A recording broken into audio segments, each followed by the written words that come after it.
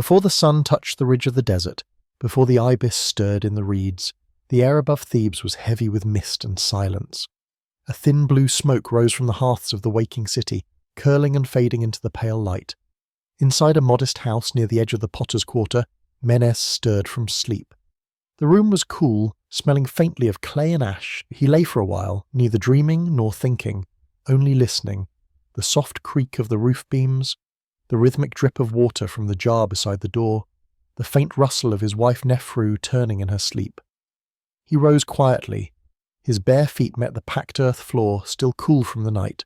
The first breath of dawn slipped through the reed shutters, carrying with it the damp sweetness of the Nile. In that stillness, the world seemed to wait, not expectantly, but patiently, as if all things knew their place and their turn. Many reached for his linen kilt, shook the dust from it, and tied it around his waist. He dipped his hands into the basin of water and splashed his face. The water smelled faintly of copper and silt, the scent of the river that had shaped his life. In the next room, the potter's wheel waited. Its wood was soothed from years of use, darkened where hands and feet had polished it. Menes sat before it, feet pressing the pedal with steady rhythm, feeling the quiet strength of his body wake. The clay, a lump of dull brown, waited on the stone. He touched it as one might greet an old friend, pressing his thumbs into its heart. The sensation was always the same, coolness yielding to warmth, resistance melting into flow. He leaned forward to see her breath even, and the wheel began to sing its low circular hum. Outside, the sky lightened to rose. Through the open doorway he could see the slow shimmer of the Nile, still wrapped in morning haze. The city's sounds began to layer themselves upon the silence. The distant bray of donkeys, the cry of a vendor calling for bread, the murmur of a priest chanting at the temple of Ammon. The light entered the room gradually, gold dust settling over the spinning wheel, over his arms and face, over the half-formed jar rising under his touch. The jar grew tall and slender, its neck narrowing gracefully as he drew it upward. Each turn of the wheel was a breath, each movement an echo of the rhythm that had always guided him. The river's rise and fall, the sun's passage, the endless cycle of day and night. He had never thought of his work as art. It was more like remembering a shape rediscovered from the earth each morning. By the time Nefru woke, the courtyard was already alive with light. She stepped out with a jar to fetch water, her bracelets chiming faintly. Her hair caught the sun, gleaming the colour of date bark. When she smiled at him, it was not a new smile but one worn in comfort, shaped by years of quiet mornings like this. She set down the jar and began grinding barley, the rhythmic scrape of the stone mingling with the sound of the turning wheel. Men worked until the air thickened with heat. Around him, rows of unfired pots rested in the sun, their shapes simple and practical, jars for water, bowls for grain, lamps for the temple's use. He lifted each one to inspect it, the faint moisture cooling his fingers. The courtyard smelled of wet earth, warm dust, and the faint sweetness of the sycamore that shaded the wall. A lizard darted across the bricks, pausing as if to listen to the whispering clay. At midday, Nefru brought him a bowl of lentils, bread, and onions wrapped in palm leaves. They sat in the shade together, saying little. The air shimmered, the horizon wavered. Somewhere beyond the rooftops, a flute played a wandering tune, melancholy and light. Menes chewed slowly, watching a hawk circle high above. The Nile breeze carried the smell of lotus and fish and something ancient, something he could never name. After the meal, he washed his hands and set about preparing the kiln. The structure stood at the edge of the yard, its mouth blackened with soot. He fed it reeds and dried dung, the smoke rising sharp and acrid. The pots within glowed faintly, their fragile skins drinking the heat. He crouched beside the fire, eyes reflecting its orange heart. This part of the work demanded patience, not skill, not strength, only the stillness of waiting. The crackle of the reeds, the soft pop of drying clay, the hiss of trapped air escaping, it was like listening to a language older than speech. As the sun began to lower, casting the courtyard in long stripes of amber, he lifted one of the cooling jars from the kiln.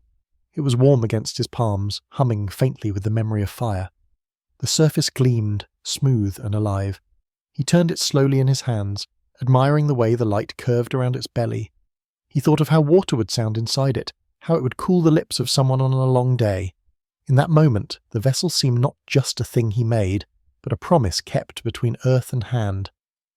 When dusk came, Menes climbed to the roof. The desert wind carried the faint hum of the city, distant laughter, the clatter of a cart, a dog barking by the river. Below, Nefru hummed softly as she lit the evening lamp. Its glow spread upward through the open hatch, flickering on the walls. He lay back against the cool plaster and watched the stars emerge one by one, each one mirrored faintly in the dark glass of the Nile. The heat of the day lingered in the air, but it was a soft, forgiving warmth now. He thought of his father, who had taught him the craft when he was barely old enough to lift the clay. He remembered his father's hands, broad, scarred, gentle. The memory was not sharp but rhythmic, pulsing like a heartbeat in the quiet. He closed his eyes and could still feel the weight of those hands guiding his own on the wheel, shaping not just vessels, but patience. The city settled. The last bird calls faded. Menes turned on his side, listening to the rustle of palm leaves against the roof. Somewhere beyond the river, a jackal cried, a sound both mournful and serene. He felt his breath slow, his limbs heavy. Tomorrow he would wake before the dawn again. The clay would wait, the wheel would spin, and the world in its quiet way would begin once more. Before sleep took him, he whispered a small prayer to the river, not for wealth, nor long life, but simply for the water to keep flowing, the earth to keep yielding, and his hands to keep remembering how to listen. The dawn that followed carried the scent of baked earth and cooling ash. The kiln had burned through the night, its last breath fading into the quiet hum of the morning. Menes rose before the first light again, his body still carrying the ache of the day before, but it was a familiar ache, one that spoke of purpose. He stepped into the courtyard, Thebes, where the faint grey of dawn met the soft orange of embers. The air was thick with the perfume of fired clay, a scent that clung to everything, his skin, his breath, even his dreams. He knelt by the kiln, his hands blackened from soot, and began the patient task of lifting each pot. One by one he touched them as though testing for life. The glaze shimmered faintly, catching the earliest rays of light. He smiled to himself. Each piece bore a whisper of fire, a thin echo of the night's heat still sleeping inside. Some were perfect, others bore small scars, tiny cracks, faint discolorations, but Menes loved them all. To him, imperfection was part of truth. Clay remembered every hesitation of his fingers, every pause in breath. He stacked the cooled pots on woven reed mats, arranging them carefully by shape. Around him, the world began to stir. Halfway down the lane, a woman called to her child, her voice carrying like a bird over the walls. The city of Thebes was waking, its pulse rising with the sun. Smoke curled above rooftops as morning fires were kindled. Donkeys brayed, sandals scraped across dust, and the first traders began to shout their greetings into the streets. Mena washed his hands in the basin near the wall. The water felt almost alive, cool and supple as silk. He rubbed the black from his skin until the lines of his palms emerged again, then tied a strip of linen around his waist. His wife Nefru stepped from the doorway just then, her eyes soft from sleep. She carried a bowl of barley porridge, the steam scented faintly with honey. They ate together in silence, broken only by the distant rhythm of the river and the low murmur of the city awakening. Today was market day.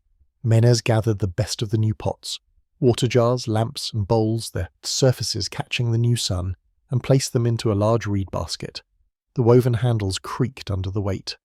Nefru packed a smaller basket with her own wares, oil lamps shaped like lotus buds, their spouts fine and delicate. Together they stepped out into the street, closing the door behind them. The road to the market wound through narrow alleys. The walls were close and cool, painted with faded murals of harvests and festivals. A goat bleated from a nearby courtyard. Children darted past, laughing, their small feet leaving swirls of dust. The air was a tapestry of smells, baking bread, fresh-cut reeds, sweat, smoke, and with the faint sweetness of figs drying in the sun. The market itself was a world of sound and motion. Thebes' heart pulsed strongest here. Merchants called out their prices. Fishmongers slapped their wares against wet planks. Women bartered for spices with laughter and mock scolding. The air shimmered with heat and colour, bright linen cloth, baskets of fruit glowing like jewels, the glint of copper bowls stacked in neat pyramids. Menes and Nefru found their usual spot near the edge of the square, beside a palm tree that offered a thin strip of shade. He spread his mat, arranged his pots in gentle arcs, and wiped each one with a damp cloth to bring out the shine. Nefru did the same beside him, her bracelets catching the light. They exchanged a glance, wordless, steady, full of the quiet pride that came with making something with one's hands. The first customers arrived just as the sun climbed. A farmer with mud-stained legs examined the water jars, tapping them gently with his knuckles to test their soundness. A young mother chose a small bowl for her son, running her thumb over its rim as if to measure its tenderness. A priest from the temple stopped to inspect Nefru's lamps, murmuring that they would burn cleanly in the sanctum. Coins clinked, hands brushed, and the slow rhythm of barter began. Hours passed in this dance. Menes found comfort in it. The cadence of voices, the shuffle of sandals, the rise and fall of dust motes in sunlight. Each exchange was more than trade. It was the quiet thread that stitched together his place in the city's fabric. He watched faces, creased and young, tired and bright, and saw in each a reflection of the same need: to live, to eat, to remember the river's mercy. By midday the heat pressed down like a weight. The air shimmered above the stones, and the smell of roasting lentils mingled with the sharp tang of sweat. Menes wiped his brow and drank from a water skin. Beside him, Nefru hummed softly as she rearranged her lamps. Across the market, a boy played a reed flute, his melody light as dragonfly wings. The tune wound its way through the stalls, threading between laughter and haggling, like a thin stream of cool air. As the afternoon stretched, a woman approached Menes's stall. Her hair was wrapped in linen dyed the colour of faded turquoise, her hand stained blue from pigment. She picked up a bowl, turned it in her palms, and smiled. "You shape as though you listen," she said. Her voice was low, deliberate. Menes nodded shyly. "The clay speaks softly," he said. "It wants to be heard." The woman studied him for a long moment, then set 2 small coins on the mat. "Your vessels hold more than water," she said, before walking away, leaving behind the faint trace of lotus oil. He watched her disappear into the crowd and found himself still thinking of her words long after she was gone. When the sun began to dip, the market thinned. Shadows stretched long across the square, and the calls of merchants softened into murmurs. Menes packed the unsold pots into his basket, careful not to chip the rims. His hands were stiff and dusted red. Nefru wrapped the remaining lamps in linen. Together they began the walk home, their baskets lighter now, their bodies tired but peaceful. On the way they passed the temple steps. Priests in white linen chanted the evening prayers, the sound like the tide's slow pull. Incense drifted over the street, frankincense and myrrh, sweet and bitter together. Menes breathed it in, letting the scent mix with the memory of clay and smoke. Beyond the temple, the river glowed copper, mirroring the sinking sun. Boats drifted lazily across its surface, their sails catching the last breath of wind. At home, the light had already softened. Nefru lit the oil lamp and placed it near the door. Menes sat beside her, his hands resting in his lap. They ate their supper, barley bread dipped in oil, a handful of dates, lentil stew. Outside, the city exhaled, the noise fading to a hum. Somewhere far off, a drum began to beat, slow and steady, like the rhythm of work itself. After the meal, Menes took a small piece of leftover clay and rolled it between his fingers. The day's voices still echoed faintly in his mind, the laughter, the bargaining, the flute's drifting melody, and that woman's calm words.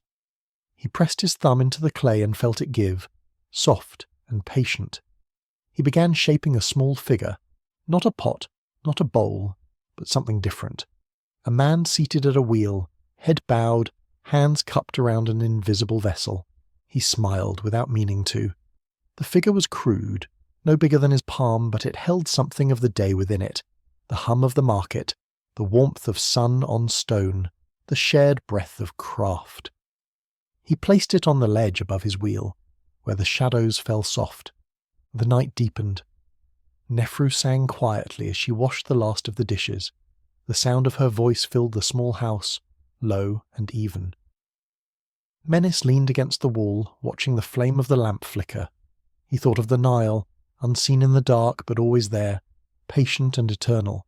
Its waters would rise soon, as they always did. The silt would come. The clay would renew. The wheel would keep spinning. He felt a quiet gratitude, not loud, not proud, but deep, the kind that lived in the spaces between moments. When he finally lay down beside Nephru, the clay's scent still clung to his hands. He closed his eyes, hearing the city breathe beyond the walls, and drifted into sleep, a sleep filled with slow circles, turning wheels, and the steady pulse of life beside the river. The third morning rose heavy with mist. The air above Thebes hung thick, a pale silver veil that blurred the edges of everything: the palm trees, the rooftops, even the line of the distant desert. Menes awoke to the smell of damp earth and clay that had drunk too deeply of the night's dew. His fingers itched for work. The rain had fallen far south. He could tell by the heaviness in the air, the kind that meant the Nile would soon swell. The season of inundation crept closer. The quiet promise of renewal carried on the morning wind. He stood barefoot in the courtyard, his skin shivering against the chill. Around him, the world felt suspended, waiting. The pots from the last firing glistened faintly with droplets. He touched one and left a dry fingerprint upon its surface, the mark of warmth against coolness. The sound of the river came faintly from beyond the walls, a low, endless whisper, like breath through a reed. Nephru joined him, her shawl drawn tight against her shoulders. "It smells like new earth," she murmured.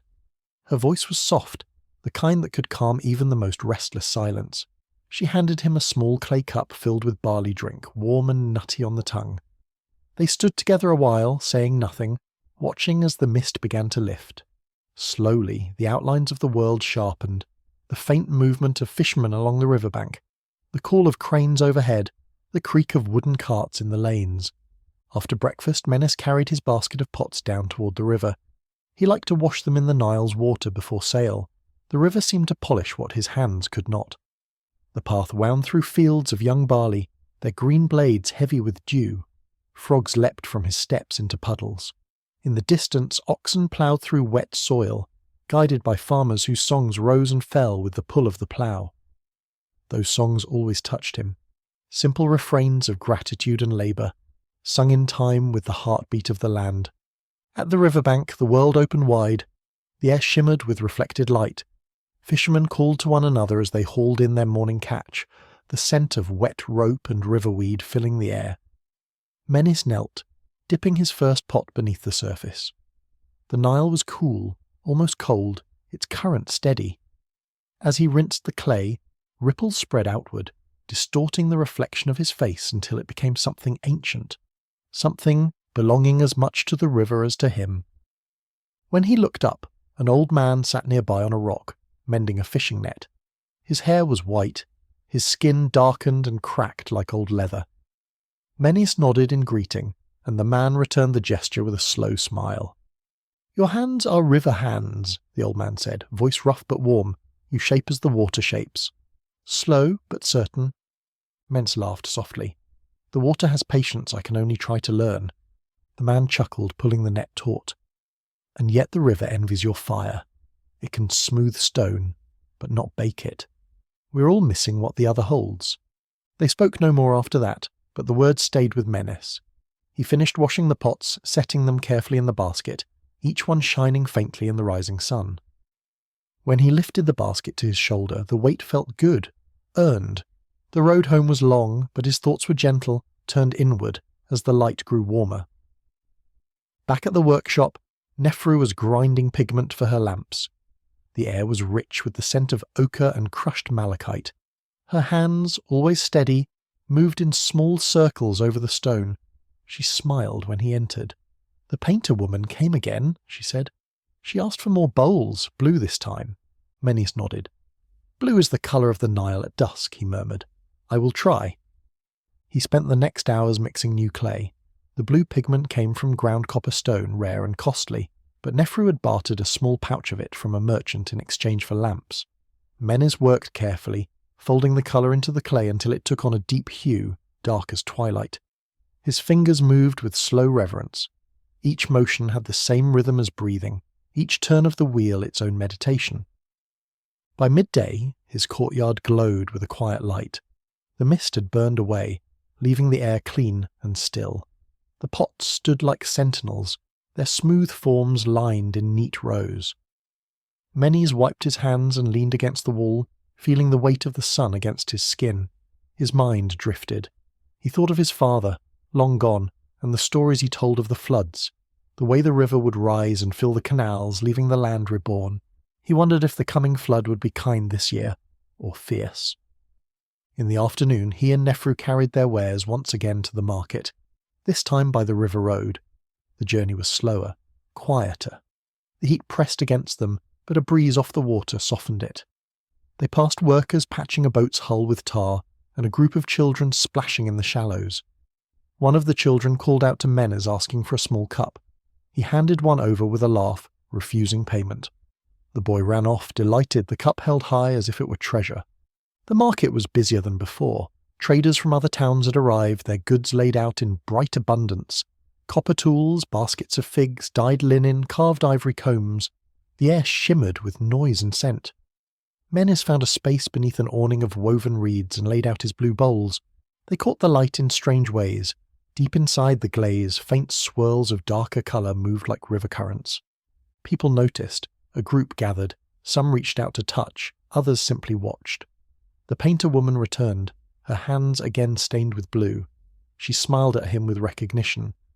"You've made the Nile in clay," she said quietly. He bowed his head. "The Nile made itself," he answered. "I only remembered the colour." She laughed, soft and low, then chose 3 bowls and left a small strip of linen painted with lotus flowers in return. Menes accepted it, feeling something stir inside him, a small pride that was not vanity but gratitude, that his work, simple as it was, could echo something larger than himself. Evening came slowly, the sky deepening from gold to rose, then to indigo. The market quieted, voices softening like fading music. Nefru sold her last lamp to a young man bound for a distant village. Together they walked home through streets washed in the light of torches. The smell of bread and oil filled the air. A group of children chased one another past them, their laughter bright against the night. At home, they sat by the open door, watching the stars rise. The small clay figure Menes had shaped the night before still rested above the wheel. He turned it in his hand, brushing dust from its tiny shoulders. "I think the river will rise soon," he said. Nefru nodded. "And when it does, the clay will change. It always does." Menes smiled. "Then I will learn again." They fell silent, listening. The night carried the low murmur of frogs from the fields, the whisper of reeds swaying, the faint slap of water against the shore. The smell of wet earth drifted in, cool and grounding. Menes felt the day settle in his bones, its rhythm, its light, its slow unfolding. Every vessel he had shaped seemed to hum faintly within him, as though the clay still spoke through his hands. When at last he lay down, he dreamed of water, not rushing but rising, patient and sure. He saw the city of Thebes mirrored upside down in the river's surface, each light trembling like a star. And within that dream, he felt again the wheel turning, the clay breathing, the old words of his father echoing in his heart. "All things are born of the same earth, Menes. What you make with your hands, you also make with your days." He slept deeply, the sound of the Nile cradling him, the scent of clay and fire woven through the air like prayer. The flood came softly, almost unnoticed at first. It began with a single morning when the air over Thebes carried a sweetness so dense it seemed to hum. The wind blew from the south, heavy with distant rain, and the horizon shimmered as though veiled by heat. When Menes awoke that day, the courtyard smelled different, rich, full, alive. The clay under his feet felt damp. Somewhere beyond the rooftops the Nile had begun to rise. He stepped outside and stood still for a long time, feeling the faint tremor of change in the ground. The city seemed to hold its breath. The usual noises, vendors, donkeys, the clang of bronze, came muffled, softened by the damp air. Even the birds flew lower, their wings dark shapes against a pearly sky. Nefru joined him with a shawl over her head. They watched together as a line of fishermen passed by, laughing, calling to each other that the river had broken its banks upstream. Menes smiled quietly. "It begins." Nefru's eyes followed the curve of the street that led down toward the river. "We should see it," she said. They left their breakfast untouched, walking hand in hand through the waking streets. The alleys smelled of rain and new silt. Water already lapped at the lowest steps near the embankment, brown and restless, carrying reeds and the occasional bright flower torn from a field far away. The sun glowed weakly through the mist, turning everything to soft gold. Children laughed, chasing frogs along the water's edge, while their mothers scolded gently from doorways. The city was not alarmed. Thebes had lived with this rhythm for longer than memory. The flood was not destruction, it was breath. Menes crouched by the edge, letting the muddy water touch his fingers. It was cool, smooth, and full of life. He felt it press lightly against his skin, insistent but gentle. This was the water that would feed his clay, that would turn dust into strength. The silt that clouded it was thick and dark, and he could almost smell its fertility. Behind him, the city shimmered. The white walls of houses, the faint glint of temple spires, the red cloths drying on lines, all of it would soon drink from this same source. By midday the water had crept higher, licking at the feet of the palm trees. Small boats drifted where streets had been. The people adapted easily. They always did. Planks became bridges, and laughter echoed between doorways. The river brought not only water but community, neighbours helping one another, voices calling across the new canals. Nefru handed Menes a clay jug and pointed toward the highest terrace near the temple. "The priests will need vessels to collect the first floodwater," she said. "They will bless it before the people use it." Menes nodded. The Temple of Amun had stood through generations of floods, its steps worn smooth by countless pilgrim feet. Today, its great columns reflected in the rising water, giving the illusion that the temple itself floated. Menes approached the courtyard quietly. The priests moved in procession, their linen robes clinging slightly in the humid air. They carried palm branches and bowls of oil, their chants low and resonant. When one saw Menes, he beckoned him forward. "You have come with vessels?" "Yes, Holy One," Menes replied. He set down the jugs on the stone. The priest poured the first of the floodwater into them, his hands steady and reverent. "May your clay remember this water," he murmured. "It is the heart of life." Menes bowed. The words stayed with him as he made his way home, the jugs heavy in his arms. The path wound through half-flooded streets where children splashed, where women stood on rooftops washing clothes in fresh rain. The laughter of the city mixed with the rustle of the water. The scent of lotus drifted from somewhere unseen. That night Menes sat by the window watching the reflection of the moon in the flood. It shimmered like liquid silver, rippling each time a fish rose to the surface. The air buzzed softly with insects. He shaped clay by lamplight, mixing the new water into it. The difference was immediate. His fingers could feel it. The way the clay yielded more easily, the way it seemed to pulse faintly under touch. Nefru watched him from her mat, her eyes half closed. "You're working late," she said. He smiled. "The river has come into my hands. I cannot stop now." The following days were slow and luminous. The sun rose each morning through veils of mist, turning the water into a sheet of light. Boats moved through the city like silent animals, their hulls brushing against doorsteps. Markets continued on rafts and terraces. The smell of wet earth filled every breath. Menes found himself walking often along the water's edge, gathering clay that the river had left behind. It was darker, richer, full of new life. He kneaded it between his palms, feeling the fine grit, the faint vibration of the world renewing itself. In those days time loosened. The wheel turned slower, the days melted into one another. The flood was a pause, a season between seasons. People spoke softly, as if the water could hear. Even the temple bells seemed muted, their echoes swallowed by mist. Menes worked in silence, shaping jars with long necks and wide mouths, vessels to hold oil, wine, water, and grain once the flood receded. Each pot bore faint traces of the river, tiny specks of dark silt, flecks of mica that caught the light like stars. One afternoon a boatman stopped at his door. His arms were strong, his skin burnished from sun and river. "Your jars are known up the river bank," he said. "Would you trade a few for fish?" Menes nodded. The barter was simple, fair. That evening he and Nefru shared grilled tilapia seasoned with herbs. The flesh was tender, the taste faintly sweet. As they ate, the water lapped softly at the steps. The world seemed small, complete. After dinner, Nefru leaned against him, her hair smelling of smoke and river air. "Do you remember our first flood together?" she asked. He chuckled. "I remember you falling into the water trying to wash clothes." She laughed, a low sound. "And you slipping in after me." The memory warmed them both. Outside, frogs sang in waves. their voices rising and falling like breath. The night shimmered with life. Menes closed his eyes for a moment and listened. It was as though the whole city slept within a heartbeat, one pulse shared by river and earth and people alike. Days turned into weeks. The flood reached its peak, then began its slow retreat. The water left behind a film of black soil so rich it glistened. Menes gathered more clay, carrying it home in baskets. He worked tirelessly, filling his shelves with new vessels. Some he sold, others he kept, each one a memory of the river's gift. The colour of the clay deepened with each firing, a dark bronze with hints of blue when the light caught it right.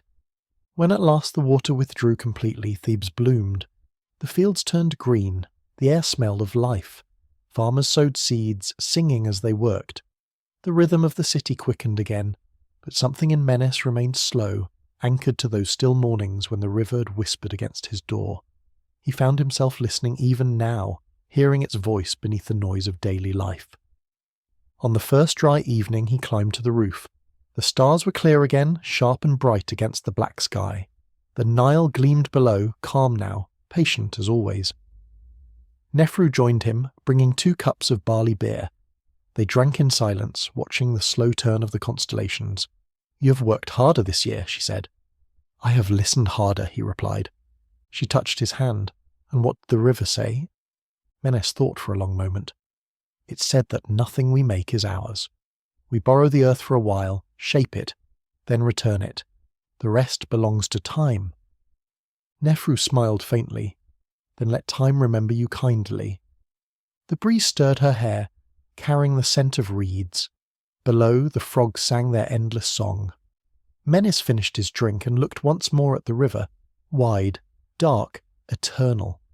In its reflection, the stars seemed to tremble, alive as the fire in his kiln. He closed his eyes, and for the first time since the flood began, he felt utterly still. The world had remade itself, and he with it. When the flood had fully withdrawn, Thebes smelled of earth and beginnings. The air was thick with the scent of wet soil, reeds, and the faint sweetness of growing things. The land lay dark and shining, veined with new channels where the river had passed. Menes rose early each morning long before the heat came, and walked through the fields on his way to gather clay. His sandals left soft prints on the damp ground. Everywhere he looked, life was returning. The shoots of barley trembling in the morning breeze, ibis stalking through puddles, the laughter of farmers echoing between plots. Nefru joined him some mornings, carrying a basket of figs and bread. They walked in silence mostly, their words unnecessary. It was enough to hear the sound of the earth waking, the steady hum of insects, the faint gurgle of the irrigation ditches, the rustle of papyrus leaves brushing against each other. She would pause sometimes to pick wildflowers growing along the path, their petals still damp with dew, and tuck them into the folds of her shawl. Menes liked the way the colour softened her face, as though the flood's light still lived in her. At the riverbank he dug fresh clay from where the water had receded. The silt was heavy, black and cool. He pressed his hands into it, feeling the resistance give way. The smell of it filled him, metallic, rich, a reminder of what the Nile left behind when it withdrew. Each handful he gathered was a promise, the beginning of another vessel, another day's work. He filled the basket slowly, mindful not to take more than he needed. The walk back to the workshop was long. The city buzzed with the sound of renewal, merchants shouting, donkeys braying, the clatter of carts filled with grain. The temple bells rang out, summoning those who came to offer thanks for the flood's gift. Many stopped briefly by the market, exchanging greetings with the same familiar faces. The painter woman was there, her hands now stained green instead of blue. "You found the colour of the fields," he said. She smiled, lifting her fingers to show the pigment. "And you found the clay that feeds them," she replied. Their exchange was brief, but it lingered in him. By midday he was back at his wheel. The courtyard shimmered in the light, its air humming with warmth. Nefru was tending to her lamps, trimming wicks and polishing the small bowls of oil. Menes sat at his wheel and began to work, the clay pliant and eager under his palms. His movements were slower now, more deliberate, as though each vessel carried the rhythm of the river still within it. The wheel spun, his foot pressing with the same steady patience he had learned from his father. the room filled with the soft hiss of shaping clay, the faint murmur of breath. In the afternoons, the neighbourhood children came to watch him. They sat cross-legged in the doorway, eyes wide, their chatter falling silent as the forms took shape under his hands. One boy, bold and curious, asked if he could try. Menes smiled and guided the child's small fingers to the clay. The boy laughed as it spun away from him, collapsing into a lump. "It listens to no one," he said. Menes chuckled, "Only to those who are quiet inside." The boy frowned, thinking hard about that. Then he ran off, promising to return. When evening came, Menes carried the finished pots to the terrace to dry. The light of the setting sun turned their surfaces to gold. He and Nefru ate supper on the roof, lentil stew, bread, and a handful of dates. The air was soft, carrying the smell of distant fires and baked mud. Around them, other rooftops glowed with lamplight, small and steady like stars fallen to earth. Somewhere down by the river, a woman's voice rose in song, a slow, lilting melody that spoke of planting and harvest, of the wheel of seasons turning. Nefru hummed along quietly, her head resting against Menes's shoulder. After dinner, she brought out her own craft. From a basket, she drew small bits of clay she had saved from his scraps, shards too thin for jars, too rough for bowls. She shaped them into tiny figures, birds, cats, children holding hands. Her touch was lighter than his, her gestures more playful. Menes watched, smiling. "You make what I forget to make," he said. "You make joy." She looked up at him. "And you make the vessels that hold it." The next day, they began a new rhythm. With the flood gone and the land firm again, people returned to their work in full. Menes sold his pots at the market, and Nefru's lamps were now in demand for the temple festival approaching in 2 weeks' time. The festival of Hapi, the god of the Nile's bounty, was a time of celebration. The priests would light thousands of lamps along the riverbank.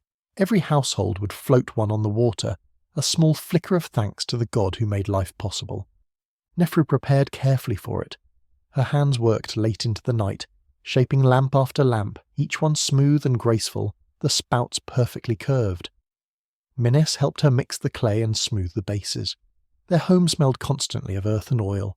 As the lamps dried, they filled the courtyard in neat rows, like a field of little suns waiting for dusk.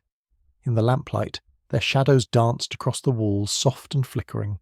The festival day came bright and windless. Thebes shimmered like a jewel.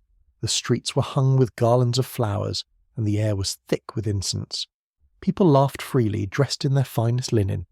Musicians played flutes and drums, the rhythms weaving through the city like a second heartbeat. Menes and Nefru carried their baskets of lamps to the riverbank. The crowd moved slowly, reverent and joyful all at once. As dusk fell, the priests began their chants. The water reflected the glow of the first lamp set afloat, tiny flames drifting gently downstream. The river seemed to breathe light. Menes lit one of Nefru's lamps himself, his hands shielding the small flame from the breeze. Together they placed it on the water. It wobbled once, then steadied, gliding away among hundreds of others. The reflection of the flames rippled, turning the Nile into a living ribbon of gold. For a long time they stood there, watching. The air smelled of oil and lilies, of wet reeds and smoke. Somewhere nearby someone played a soft melody on a harp. Children laughed as their lamps floated away, waving as though to see them off. Menes felt the warmth of Nefru's hand in his, and thought of everything the river had given, the clay, the fire, the life itself.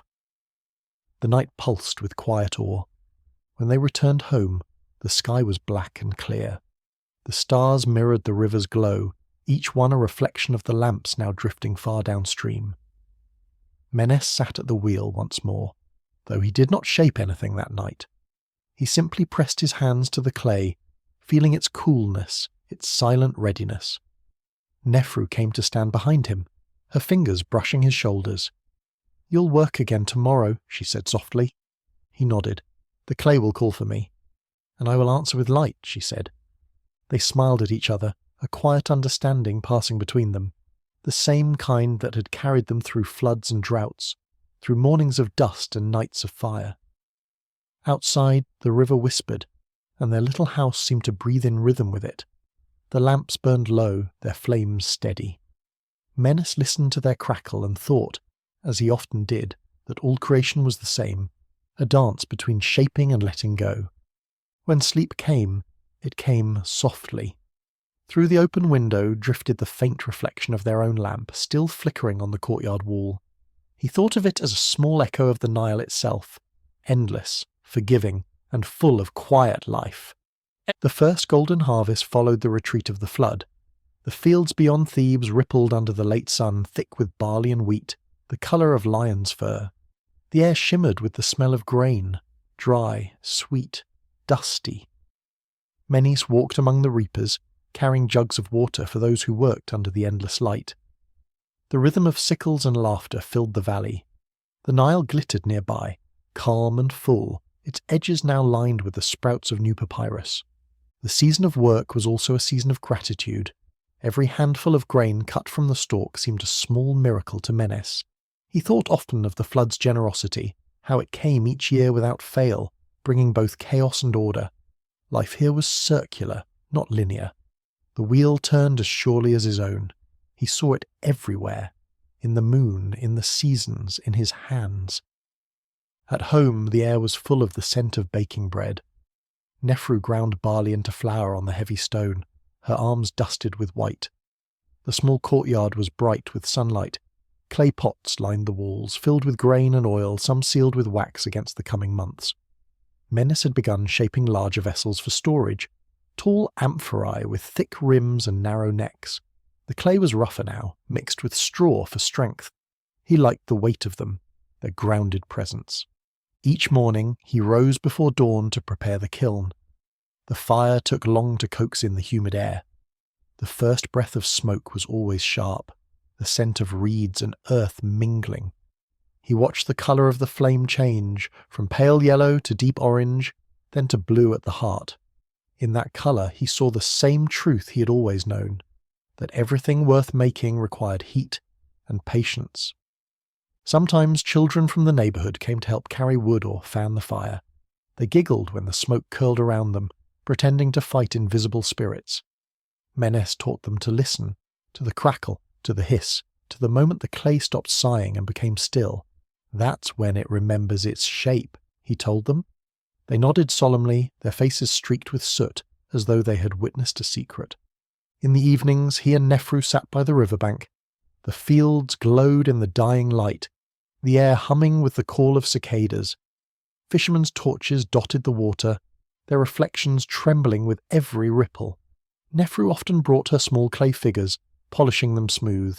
She made them as offerings, leaving one each night on the water's edge, a woman kneeling, a bird in flight, a hand holding a flame. "For happy," she said softly, "for balance." Menes admired the quiet faith in her gestures. He never prayed with words, but his work was prayer enough. Each vessel he fired, each bowl he shaped, was a conversation between him and the world, and though no one heard it, he felt the river listened. As the harvest ended, Thebes came alive with celebration. The people gathered in the square, singing songs that stretched back generations. The smell of roasted grain and honey filled the air. The temple bells rang in rhythm with the drums echoing across the rooftops. Menes and Nefru joined the crowd, standing shoulder to shoulder with neighbours, their faces warm with joy and fatigue. That night, fireworks of oil and flame rose over the river, small, flickering bursts reflected in the water. The laughter of the city swelled and then softened as people returned home, carrying with them the peace that comes after plenty. Menes lay awake beside Nefru, listening to her steady breath. He thought of all he had shaped this year, the jars, the bowls, the memories, and felt a contentment that had no edge. He was not a rich man, nor a powerful one, yet he knew his place in the order of things. His hands were steady, his clay was true, and in that truth there was abundance. When the cool winds began to sweep down from the north, Menes felt the shift in his bones. The heat softened, the light grew gentler. Thebes took on a quieter rhythm. The harvest was stored, the fields lay resting. People mended nets, repaired walls, told stories by firelight. It was the season of stillness, of waiting.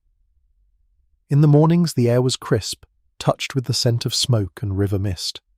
Menes spent his hours refining his craft. He began making finer work again: cups, incense burners, small jars with delicate lips. His hands had grown surer over the years. He no longer fought the clay. He listened. Sometimes he would stop in the middle of shaping a pot and simply hold it, feeling its pulse beneath his fingers, as if the earth itself were breathing through him. One morning as he worked, the painter woman returned. Her name, he learned, was Iset. She brought with her a basket of pigment and a gentle smile. "You've been busy," she said, glancing around at the shelves of newly fired pieces. "The river was kind this year," he said. "It gave me good earth." She touched the rim of a jar. "Your shapes are softer now." He looked at her curiously. "Softer?"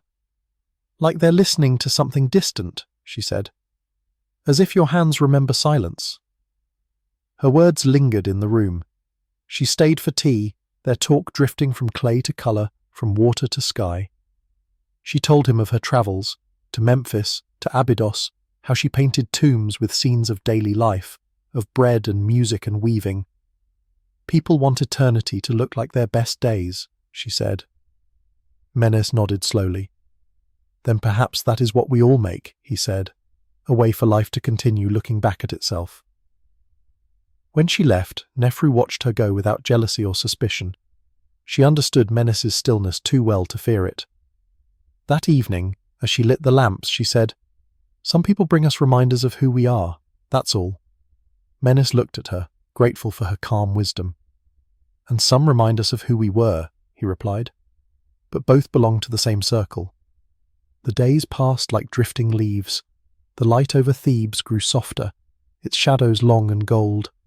Menes often walked the riverbanks, watching the reflection of the city tremble on the water's surface.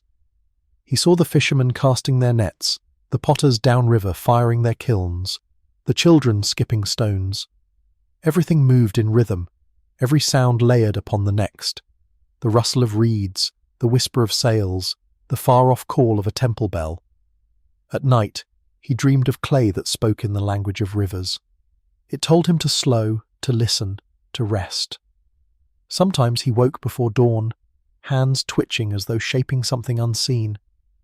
Nefru would stir beside him, half asleep, and murmur, "Even in dreams you work." He would laugh softly, pressing her hand. Perhaps the gods have ordered another kiln.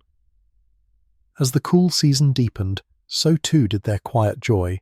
The house felt full, of warmth, of small sounds, of life. The lamps glowed steadily each evening, their flames painting the walls in gentle motion. Nefru's small figures multiplied, tiny lives of clay arranged along the ledge. Birds, boats, dancers, even one shaped like Menes at his wheel.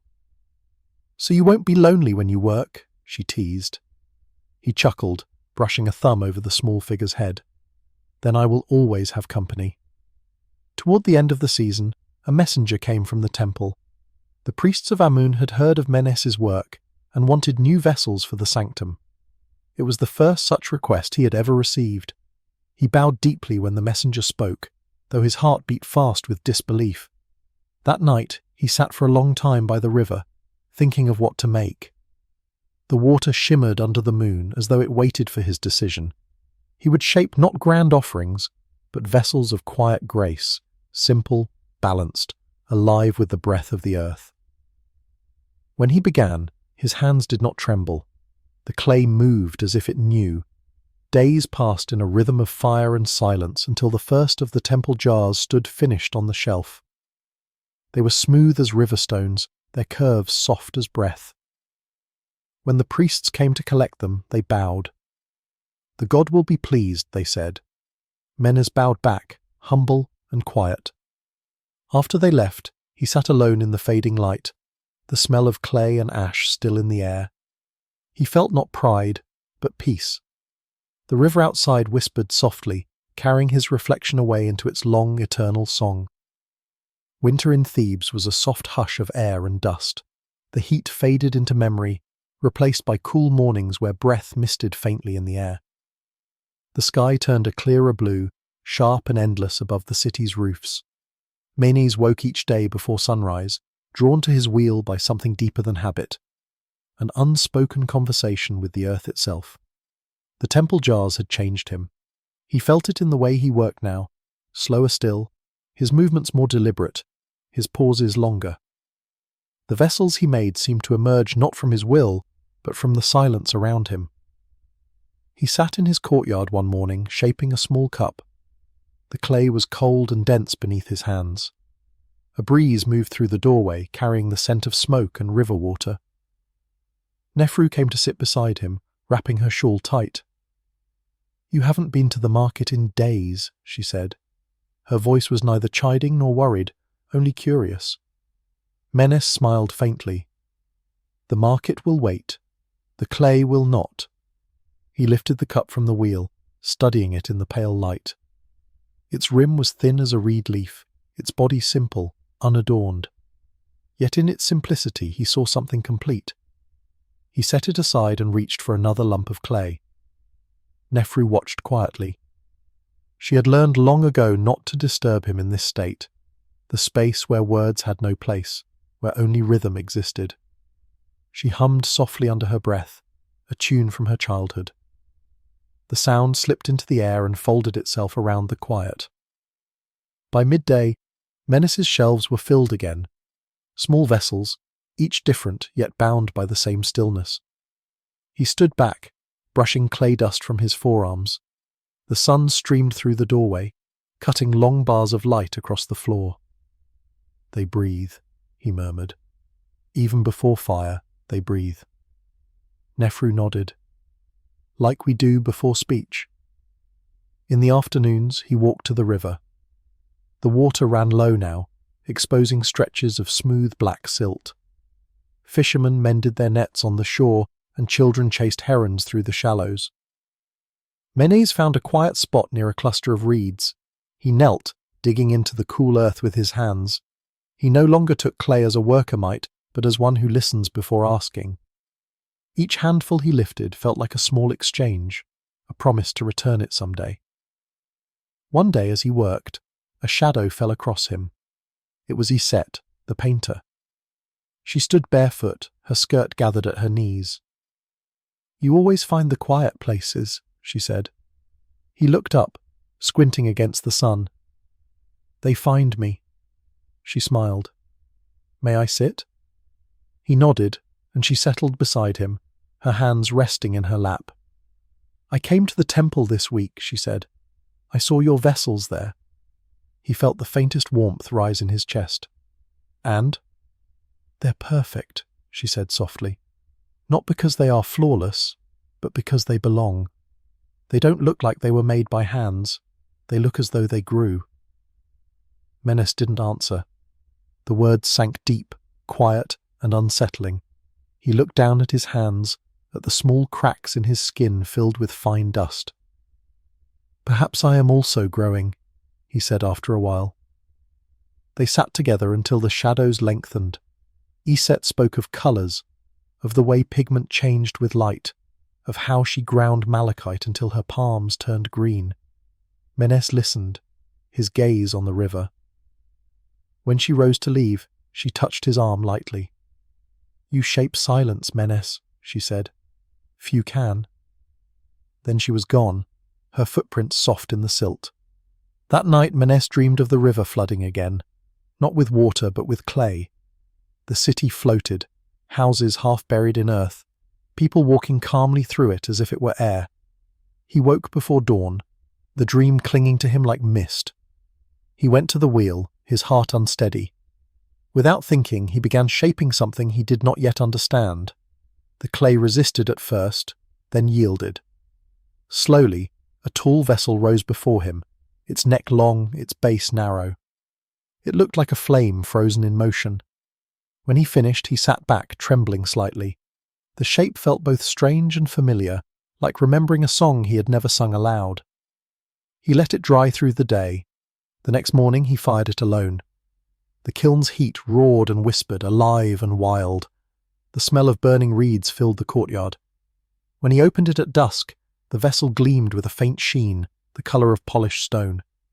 He placed it on the ledge, unsure what it meant, only knowing it belonged there. As evening fell, Nefru came to stand beside him. She looked at the vessel, then at him. "It looks like a prayer," she said. He nodded slowly. "Perhaps it is one." The cool months drifted by like slow smoke. Thebes moved gently through them, each day quiet, each night steady. Menes worked less now, though his hands still longed for the wheel. Something within him was shifting, a deeper listening, a kind of waiting he could not name. The temple jars had been delivered, the markets supplied, the festivals complete. Yet he woke before dawn as always, drawn by the same pull, the same river song that had guided him all his life. One morning, he found Nefru sitting by the window, her hair loose, the first threads of grey catching the light. She smiled when she saw him. "The city sleeps later than we do," she said. "We are the first to greet the sun." He poured barley tea for them both. They drank in silence, the steam curling in the cold air. The smell of smoke drifted in from distant fires. It was a season of rest. Menes's thoughts turned often to the future, not in worry, but in curiosity. What would become of his work when his hands could no longer shape? The pots would break, the clay would crumble. Yet something of the rhythm might remain, the way he touched the earth, the way he breathed in time with the wheel, that might linger somewhere unseen. Later that day he visited the temple. The priests greeted him kindly, their robes crisp and white. They showed him where his vessel stood in the sanctum, filled now with oil and grain. The air inside was cool and heavy with incense. Candles flickered, their light moving gently across the curved surfaces. The jars looked alive, their shadows dancing on the walls. Menes stood for a long time without speaking. He felt a quiet ache, part pride, part humility. He touched the rim of one jar, its warmth like skin. "You are not mine any more," he whispered. The priest beside him nodded. "Nothing is ever truly ours," he said. "We only lend shape to the world's breath." When he returned home, he found Nefru tending to her small garden, herbs, onions, and a few flowers stubborn enough to bloom in the cool air. She looked up, smiling. "The priests still remember you?" she teased. He chuckled. "It is the vessels they remember. I am only the space between them." That night, as they ate by lamplight, the air was filled with the faint scent of burning cedar. Somewhere in the city, a ritual fire burned for the god of renewal. Nefru reached across the table, touching his hand. "You've been thinking of endings," she said. He met her gaze. "Of beginnings," he said quietly. "They are the same thing." In the following days he found himself wandering the outskirts of Thebes more often, through the workshops of other artisans, through the fields, along the canals. He watched a young potter at his wheel one afternoon, his movements clumsy but full of promise. Menes stood in the doorway until the boy noticed him. "You're Menes, aren't you?" the boy asked, eyes wide. "The one who made the temple jars?" Menes smiled, faintly embarrassed. "I am only a man who listens well." He stayed for a while, giving the boy small advice.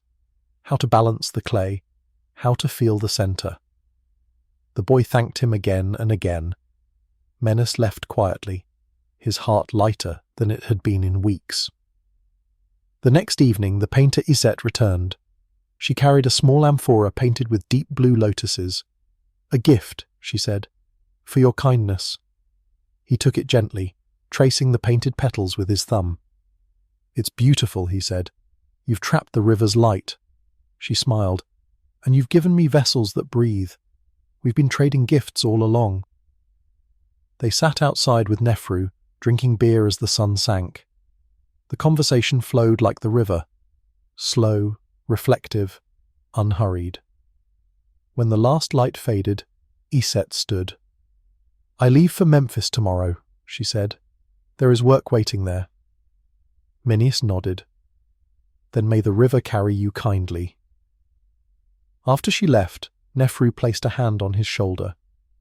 "She saw your work," she said, "and through it saw herself. That is the way of art." He smiled. "And of love." That night Menes dreamed again of clay. But this time the wheel did not spin. Instead, the vessel formed itself, rising slowly from stillness, glowing faintly in the dark. He reached out to touch it, and it dissolved into light. When he woke, the dawn was just beginning. Nefru slept beside him, her face peaceful. He lay there, listening to her breath, the faint rustle of palm leaves outside, and the ever-present whisper of the Nile. He understood then what the old priest had meant. He was not shaping clay anymore. He was shaping time. Thebes awoke one spring morning to the sound of wind. It was not the gentle sigh that usually slipped through the reeds, but a restless, whispering current that carried dust from the western desert. The sky was pale, almost white, the light sharp on the edges of every roof. Menes felt it in his lungs before he saw it, the dryness, the thinness of air that spoke of change. The river ran lower than it should have for that time of year. Even from his courtyard, he could see the pale line of exposed riverbank. He sat by the wheel but did not touch it yet. The clay was drier, more brittle. He pressed his thumb into it and watched it crumble slightly at the edges. "The water runs shy," he murmured. Nefru looked up from her weaving. "Perhaps it only hides," she said. "The Nile never leaves us long." Her voice was steady, but there was a faint tension beneath it. In the following days, the city seemed to listen too closely to the wind.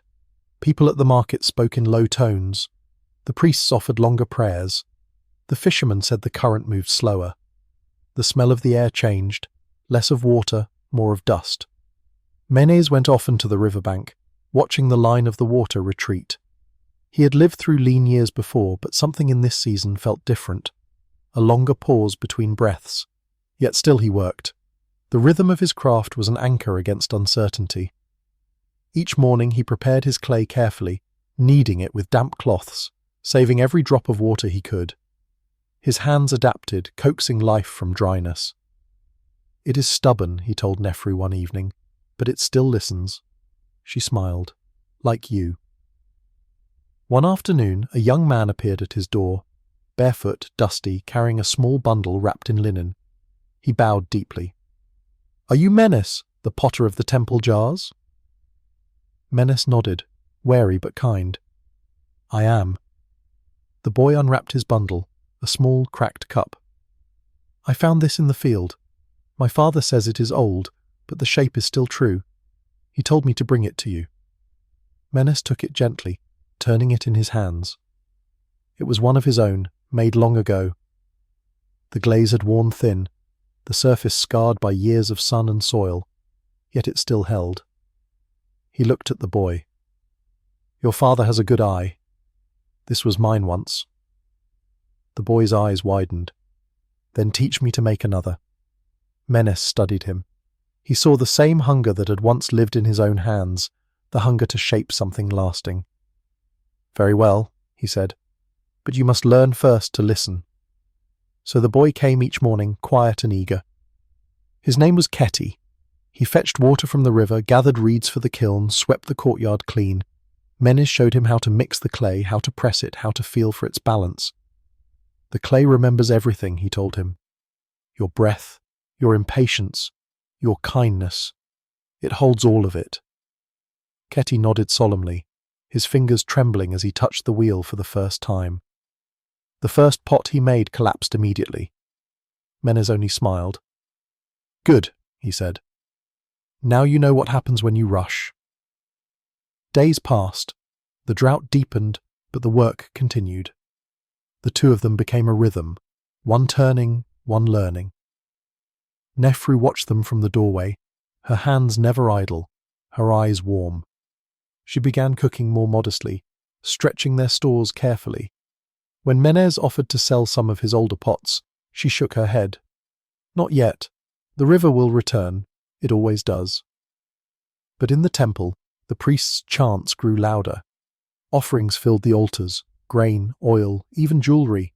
The people prayed in the cool shadow of the columns. Menes went one evening to watch, his apprentice beside him. The air inside was heavy with incense and fear. Flames flickered in tall lamps, their light catching on the smooth curves of his own jars. He felt both proud and small. The god had been kind to him once, he thought. Perhaps he still would be. The next morning, Keti found him sitting by the river, silent. "Master," the boy said softly, "the people say the flood may not come." Menes looked out over the still water. "Then we wait. We do not command the river. We are only its witnesses." He dipped his hands into the shallow current, feeling its warmth. Even the lowest tide has a voice. He taught Katie to make small lamps then, shapes that held fire instead of water. "When the river sleeps," he said, "we keep light." The lamps became their daily work, simple, rounded, sturdy. As they dried, the sun beat harder on the city. The dust gathered in corners, on rooftops, even on the pots themselves. Menes's lungs ached some days, but he worked still, his breath sinking with the turning of the wheel. One night, clouds gathered on the horizon. The air thickened, heavy with promise. Menes and Nefru stood on the roof, watching lightning flicker in the distance. The first drops came slow, heavy, spaced like heartbeats. Then rain. The smell of it, cool, metallic, pure, filled the air. It ran over the clay walls, over their hands and faces. Nefru laughed, her hair plastered to her skin. Menes closed his eyes and let it wash the dust from his body. In the morning the river had risen just enough to glimmer again. The drought had broken. The city woke to song. The children splashed in the streets, the priests offered thanks, and for the first time in weeks, laughter filled the market. Menes sat at his wheel, Keti beside him. "What does the rain mean, master?" the boy asked. Menes pressed his hands into the clay, feeling its new softness. "It means we can shape again." The wheel spun, slow and sure. The sound of it blended with the rhythm of dripping water from the roof, with Nefru's soft singing as she prepared bread, with the faint hum of the city reborn. Menes smiled. "You see, Keti," he said quietly, "the clay, like the river, only asks one thing of us."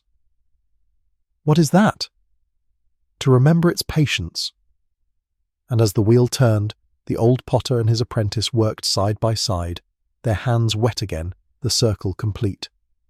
The air over Thebes carried the scent of new growth. The rains had passed, leaving behind a freshness that clung to the fields and the streets alike. The Nile had risen just enough, steady, calm, generous. Menes watched it each morning from his doorway, a mug of barley tea warming his hands. The river was more than water to him now. It was memory. He could see the ghost of every flood in its ripples, every drought in its stillness. The surface gleamed gold in the morning light, a mirror for his years. Keti had grown stronger. The boy's hands were no longer tentative but sure. He could center clay without guidance now, his movements deliberate and even.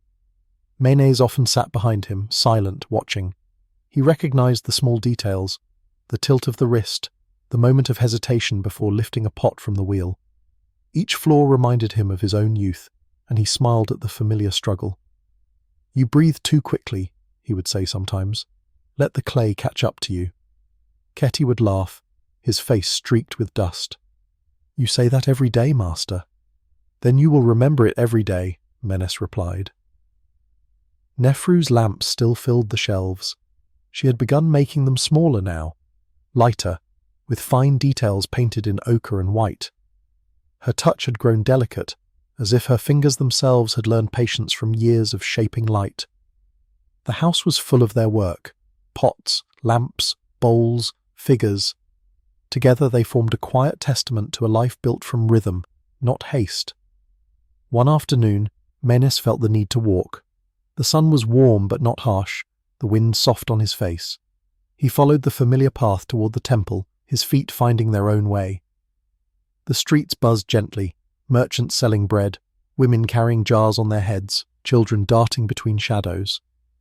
He passed the market where he had sold his first jars, the same corner where he once bartered for fish, where Iset had first spoken to him about the language of colour. Time folded easily in Thebes. Every corner held echoes. At the temple steps, the air cooled. Incense drifted from the sanctum, curling like breath. The high priest recognized him and smiled. "The potter returns," he said. Menes bowed. "I come to listen," he answered. The priest led him inside. The light fell soft through the narrow windows, golden on stone. Menes's vessels still stood in their places, some filled with oil, others with grain or water. Their surfaces glowed faintly, worn smooth by years of offerings and ritual. He touched one gently, his fingers tracing the faint imperfections. "They have lasted longer than I thought," he said. The priest nodded. "You gave them what lasts longer than fire: care." Menes smiled, and the river gave them life. He stayed there for a long while, breathing in the scent of oil and cedar. When he left, the sun had begun to fall, staining the world in amber. The city was quiet now, the air full of birds returning to the reeds. He walked home slowly, his thoughts like ripples, wide, overlapping, unhurried. That night he sat at his wheel but did not work. The clay waited on the stone, untouched. Nefru brought him tea and sat beside him. "You haven't made anything today," she said. "Not yet," he answered. His eyes were distant. "I think I am listening for something new." She smiled. "Then I will wait with you." They sat in silence until the stars came out. The moon rose, and the clay's surface gleamed like water. The next morning Keti came early, excited. "Master," he said, "I think I'm ready to make a pot alone, one I don't need you to correct." Menes studied him for a moment, then nodded. "Then today, I will be your shadow." He sat nearby as Keti prepared the clay, watching every movement without a word. The boy centered the lump, wet his hands, began to turn the wheel. The shape rose under his touch, uneven at first, then smoothing, steadying. Menes's eyes softened. The sound of the spinning filled the courtyard like a low hum, a song he had known all his life. When the pot was finished, Keti lifted it carefully from the wheel. It was not perfect. The lip was slightly uneven, the curve of the base a little thick, but it was alive. "It breathes," Menes said. "That is enough." Keti grinned, the pride of creation shining in his face. In the following days they worked side by side. Menes found his body slower, his breath shallower, but his mind clearer than it had ever been. He began teaching Keti not only how to shape, but how to see, the colour of clay in different lights, the meaning of each crack, the sound of the kiln when the fire spoke too loudly. "The clay is a mirror," he said one evening. "It shows you yourself, if you know how to look." One evening, a storm came without warning. The wind rose suddenly, carrying dust and broken branches. Menes and Keti ran to cover the pots, their arms slick with rain. Thunder rolled over the city, and lightning lit the river in flashes of white. The storm was fierce but brief. When it passed, the air smelled of rain and ash. In the courtyard, one pot had fallen and broken. Keti sighed. "I should have moved it sooner." Menes shook his head. "No, it returned to the earth. Everything must." He picked up a shard and turned it in his hand. The edges were smooth, already softening in the rain. "Even in breaking it teaches us something," he said. The days after the storm were gentle. The sky was washed clean, the mornings cool again. Menes worked less and less. He spent his time teaching Keti, walking the riverbanks, sitting with Nefru beneath the sycamore. He had begun to notice the quiet ache in his shoulders, the stiffness in his fingers, but it no longer troubled him. "The clay has taken my strength and given me peace," he said once. "A fair trade." One afternoon, as the sun slanted low, Keti approached him. "Master," he said softly, "when I shape clay, I hear the sound of the river. Do you?" Menes smiled. "Yes, and one day you will hear the wind and the fire and even the silence. When you do, you will no longer need me." Keti's eyes glistened. "I will always need you." Menes placed a hand on his shoulder. "Then remember me in your work. That is enough." That night, he slept deeply. His dreams were full of the river, of light on clay, of wheels turning without end. The sound of the water folded into the sound of his breath, and in that deep quiet, he felt something like eternity, soft, patient, infinite. Thebes entered another summer, slow and golden. The air shimmered above the river, thick with light and the hum of insects. Menes woke later these days, his body slower to rise, his breath shallower. Yet his mind was still sharp, still turning like the wheel, even when his hands did not. The mornings belonged now to Keti, whose steady rhythm filled the courtyard with sound, the soft thud of the pedal, the murmur of clay under shaping palms. Menes would sit nearby, wrapped in a linen shawl, watching, listening. It was not a melancholy watching, there was peace in it. He saw the circle complete itself, his own years mirrored in the boy's steady growth. The vessels that rose under Keti's hands bore the same grace of form, but a new kind of confidence, a young energy that Menes recognized with quiet pride.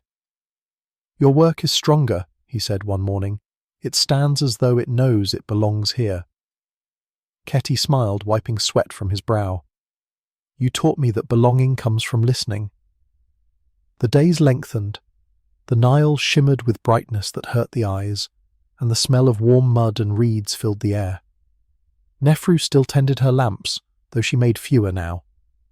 Her wrists ached, and her sight blurred in the late hours, yet each one she finished glowed perfectly even, the flame sitting inside as though made for that small world of light. She teased Menes about his idleness. "You've earned your rest," she said, though her tone was affectionate. He laughed softly. Rest and clay do not mix. One dries, while the other softens. Still, he worked less. Some afternoons, he would walk slowly down to the river, Keti supporting his arm.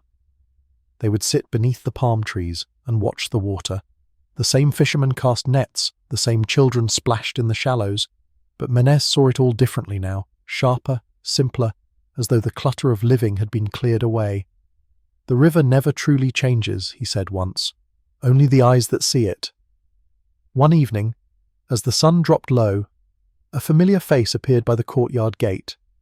It was Isette, older now, her hair streaked with grey, but her posture graceful as ever. "You're still at your wheel, I see," she said. Menes smiled. "The wheel never stops. I only rest beside it." They spoke for a long while, catching up on years past, of Memphis, of temple commissions, of the lives they had both touched through their crafts. Isette looked around the small house, her eyes settling on Keti's work drying in neat rows. "He carries your patience," she said, "but his shapes speak of something new. That's how it should be." When she left, she placed a small jar in Menes's hand, a vessel she had painted herself, the glaze deep blue with faint gold flecks. "For you," she said, "so the Nile may always have its reflection." He held it for a long time after she was gone, tracing the painted lines. "The circle widens," he whispered. The weeks that followed were gentle. Menes began spending more time near the window, where he could see the light move across the courtyard. The clay dust shimmered in it like fine smoke. Keti had taken over the kiln now, his timing precise, his patience steady. The young man worked in quiet concentration, rarely needing correction. Sometimes he would stop mid-motion, glance toward Menes, and see the faintest nod of approval. That was enough. One dawn, Menes woke before the sun. The house was still. He sat up slowly, the linen cool against his skin. Nefru stirred beside him, her breathing deep. He looked at her face, the lines soft, the corners of her mouth still shaped by kindness. He thought of all the mornings they had shared, the sound of grinding grain, the smell of wet clay, the laughter between silences. He stood quietly taking his staff and stepped out into the courtyard.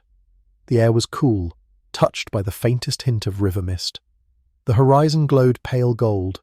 He went to the wheel, resting a hand on it. Its surface was smooth, worn down by years of motion. He pressed his palm flat, as if greeting an old friend. "You have turned long enough," he said softly. "Now another will turn you." He sat for a long time, breathing the morning air, feeling the first warmth of light on his face. When Ketty arrived later, he found Menes still seated there, eyes closed, a faint smile on his lips. The old potter's hands were resting on the wheel, palms open, the clay dust catching the light like gold. Nefru came quickly when she heard the boy's call. She knelt beside her husband and laid her head against his shoulder. There was no sorrow in her cry, only the soft, broken rhythm of parting. The people of Thebes came to honor him. Priests from the temple, merchants from the market, neighbors and craftsmen, all came to stand by the river as the sun set. Ketty carried one of Menes's last pots, still unfired, the clay soft and unbaked. He placed it gently on the water, and it drifted for a while before sinking slowly beneath the surface. The ripples spread outward, wide and slow, until they vanished into the current. When the crowd dispersed, Ketty remained with Nefru. The two sat together in silence. The air was filled with the sound of frogs, the soft hum of night insects, the whisper of water against reeds. Finally, Nefru spoke. "He is still here," she said. "In the clay, in the air, in the quiet." Ketty nodded. "And in the hands that shape." The moon rose. The river glowed silver. Ketty stood, walking back to the workshop. The wheel waited in the dark, patient as always.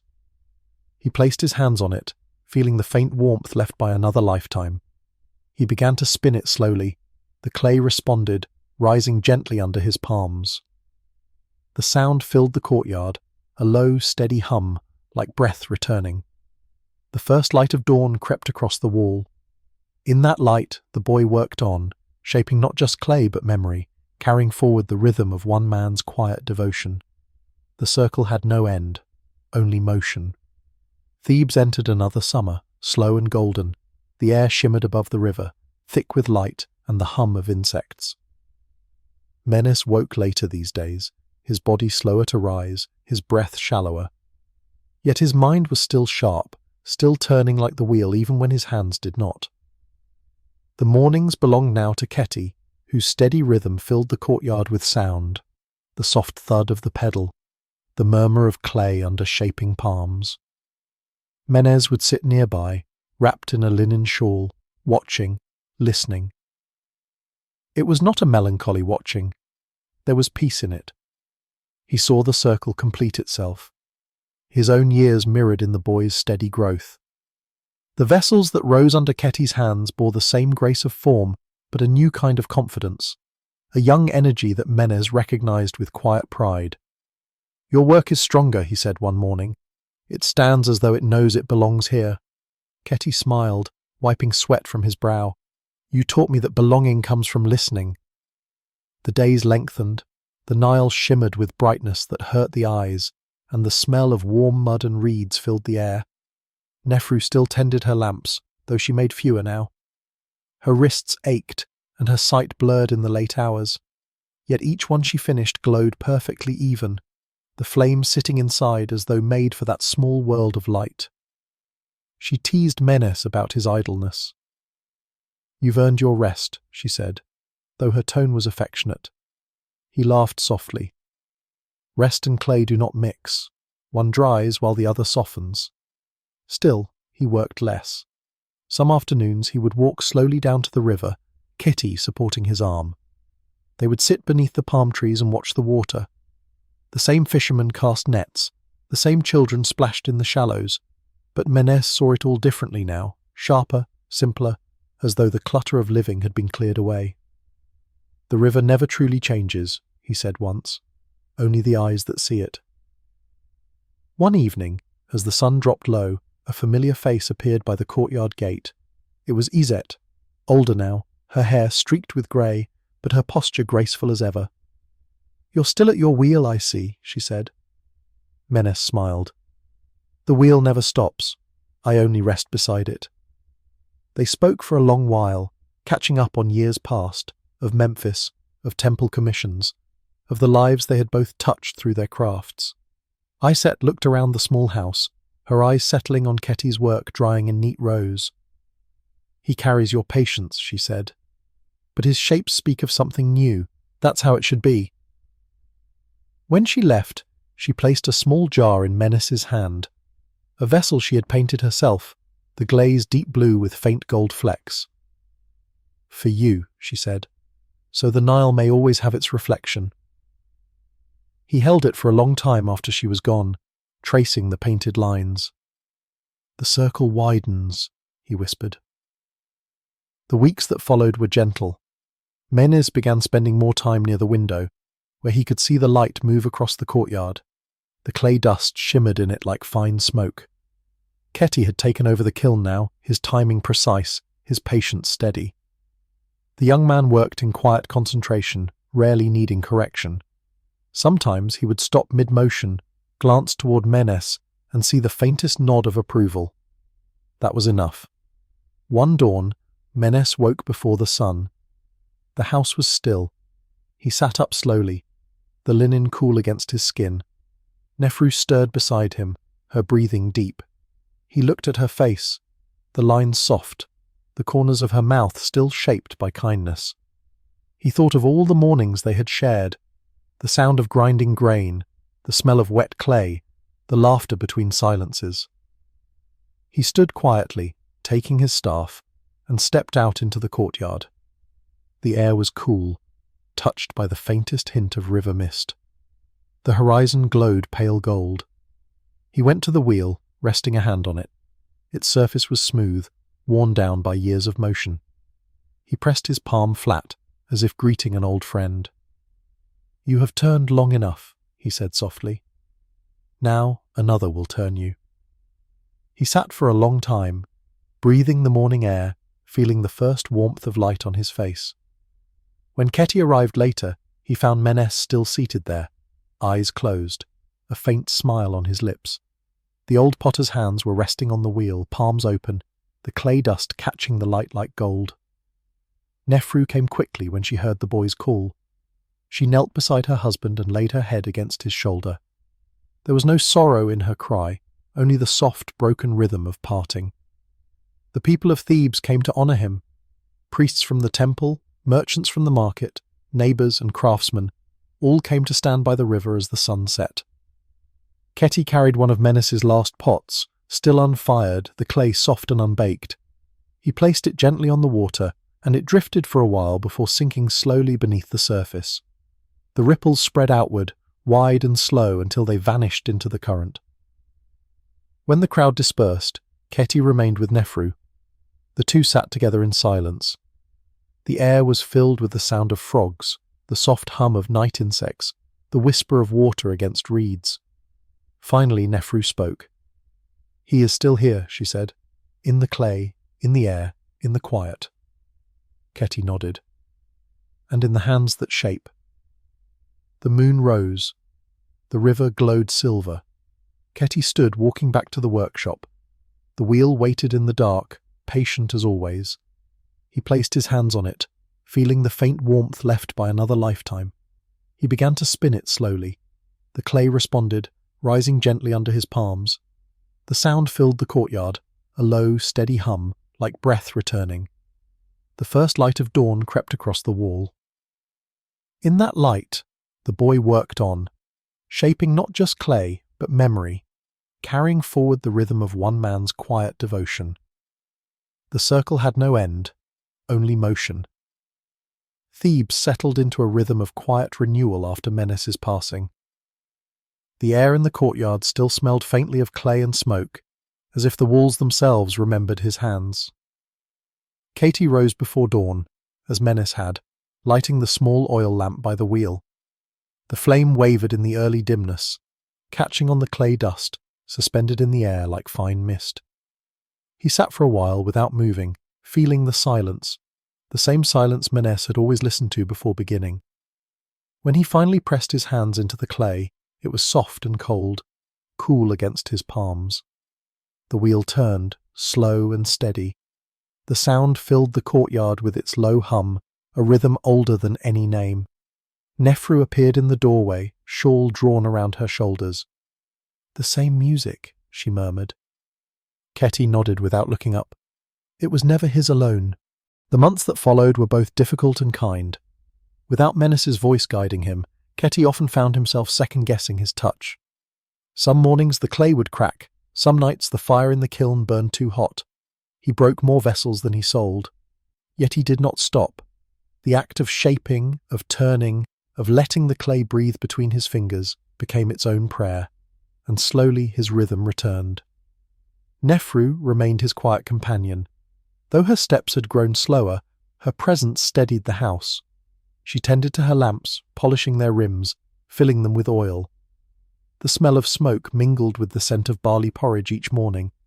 Sometimes she spoke softly while Ketty worked. "He used to hum," she said once, "when he shaped jars for grain, a low tune like the river under the floor." Ketty smiled faintly. "I hear it still." By the third season, his hands had changed. They no longer trembled when the clay resisted. They no longer hesitated at the wheel's spin. The vessels he made carried his own pulse now, a quiet confidence, a subtle shift in line and weight. The neighbours noticed first. "The young potter works as the old one did," they said, but his jars seemed to breathe differently. Word spread through Thebes, and soon traders came to his courtyard again. They admired the glaze that shimmered faintly like water, the way light slid across the clay's surface as though it moved inside it. He began carving tiny patterns into the walls of his vessels, ripples, lotus petals, the soft suggestion of wind. When he fired them, the marks darkened just enough to catch the eye. "He's making the river visible," Nefru said, running her fingers along the design. Katie only shrugged. "It was always there. I just listened long enough to find it." One afternoon, while gathering clay near the river, he found a shard half buried in silt. It was thick, worn smooth by years of water, and he recognized it instantly, one of Menace's early pots. The glaze had long since faded, but the curve was unmistakable. He turned it in his hand, feeling the faint groove of the master's tool. "You returned to the river," he whispered, "and the river returned you." He carried it home and placed it above the wheel. That night he dreamed of the workshop filled with light. Menes stood by the kiln, arms folded, watching him work. The air shimmered with heat. "You've learned to wait," Menes said. "Now you must learn to trust." Ketty looked up. "Trust what?" The old potter smiled. "The clay knows where it wants to go." When he woke, dawn was breaking. He went straight to the wheel and began shaping without thinking. His hands moved lightly, without resistance. The form rose taller than usual, its curves more fluid, its base thinner. It looked fragile, but it held. When he finished, he laughed softly. "You were right," he said to the empty courtyard. It knew. Later that week, the priests of Ammon sent word. They needed new vessels for the upcoming festival of offerings. Ketty accepted, heart steady. For 7 days he worked, shaping with both discipline and freedom, the memory of Menes guiding his rhythm. Each jar felt like a conversation between teacher and student, past and present. When he delivered them to the temple, the high priest examined them carefully. "They carry the same breath," he said, "but a new soul." Ketty bowed his head. "They carry the river," he replied. That evening, Nefru sat beside the wheel, a lamp burning between them. She looked at the newest piece cooling near the door, a slender vessel with a faint blue glaze, its surface trembling in the flicker of light. "He would have been proud," she said. Ketty turned to her. "He is." Outside, the Nile moved quietly, catching the reflection of the lamp in its current. Thebes breathed as it always had, slow, patient, alive. Ketty watched the flame dance on the wall and pressed his hands together in silent thanks. The wheel waited, and he reached for new clay. The circle turned again. Thebes woke each morning beneath the same slow sun. The rhythm of life had softened with the years, but it had not faded. The wheel still turned in Ketty's courtyard. The kiln still glowed on cool nights. The sound of shaping clay, the hush of sandaled feet against the floor. These were constants, small proofs that time could move gently. Ketty no longer rose before dawn as he once had. His body carried the ache of years now, a patient soreness that came and went like the river's tide. Yet every morning, when the first light spilled through the doorway, he felt the same call, a quiet insistence to touch the earth again. "The hands remember," he often murmured. And they did. Even stiff with sleep, they knew what to do. Nefru was gone now. Her passing had come in late spring, beneath a sky full of swallows. She had slipped away as softly as she had lived, her last breath blending with the scent of lamp oil and earth. Ketty had buried her near the edge of the field, where the barley rippled in wind. He marked the spot with one of her own lamps, unlit, its clay warm from the day's sun. Every evening he still looked toward it when the first stars appeared. After her death, the house grew quieter, but not empty. He filled it with work, with motion. Clay took on new meaning. It became both remembrance and conversation. Each vessel he shaped now carried traces of two lives, the firmness of his hands, the gentleness of hers. The lines of his pots grew simpler. The colours softened. Some said his work had become austere, stripped of the ornate designs that once marked his middle years. But to those who looked closer, the austerity was full, every curve a whisper, every smooth surface a kind of peace. The neighbours treated him with reverence. The children, now grown, sent their own sons to learn from him. Each apprentice stayed for a time, learning to mix clay, to feel its weight, to find its centre. Most left after a few seasons, drawn to the bustle of markets or the promise of newer trades. But one girl stayed. Her name was Nahi. She was small, quiet, and her eyes missed nothing.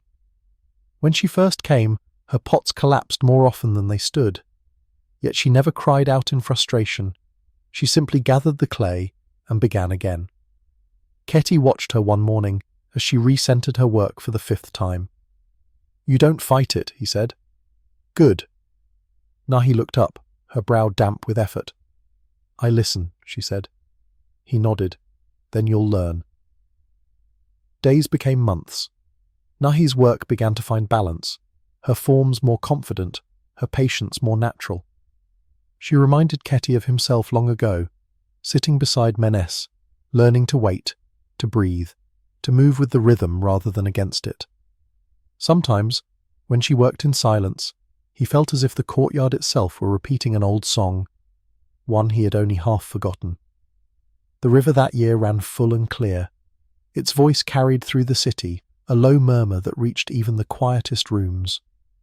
Ketty would often sit by the water's edge, a cup of barley drink in his hand, watching the current pull at reeds. He spoke little to others now, but within him there was no silence. Each sound, the call of herons, the creak of boats, the soft knock of waves, seemed to answer something inside him. "The river remembers," he said to Nahi once, "even when we forget." She smiled. "Then it must be old." "It is," he said, "and patient, older than any hand that shapes, older than any prayer." That season they made lamps for the Festival of Happy once more. Ketty had thought those days behind him, but Nahi insisted. "You should see the river shine again," she said. So they worked for weeks, side by side, their courtyard filling with rows of small clay lamps, each smooth and plain, each made for the same purpose, to float light upon water. When the evening of the festival came, they walked together to the riverbank. Thebes was alive with laughter, torches, and the sound of drums. Children ran between clusters of people, their faces painted with ash and gold. The air smelled of roasted grain and incense. Ketty felt the hum of life move through him, soft and steady. They lit the first lamp together, shielding its flame from the breeze. When they placed it on the river, it drifted slowly, joining hundreds of others. The current caught it, and for a moment it glowed brighter than all the rest. Nahi turned to him. "It listens to you," she said. He shook his head. "No, it listens to everyone who has ever waited." They stood in silence for a long time, watching the lights move downstream. The water shimmered like polished metal, carrying each flame with the same tenderness it carried reeds and silt. Above them, the stars reflected on the surface, a second river flowing backward through the sky. When they returned home, Keti sat at the wheel again. The firelight flickered on his face. He took a small piece of clay and began to shape it, not a pot or a jar, but a simple curve, smooth and round, like the first vessels Menes had made. "What will it be?" Nahi asked.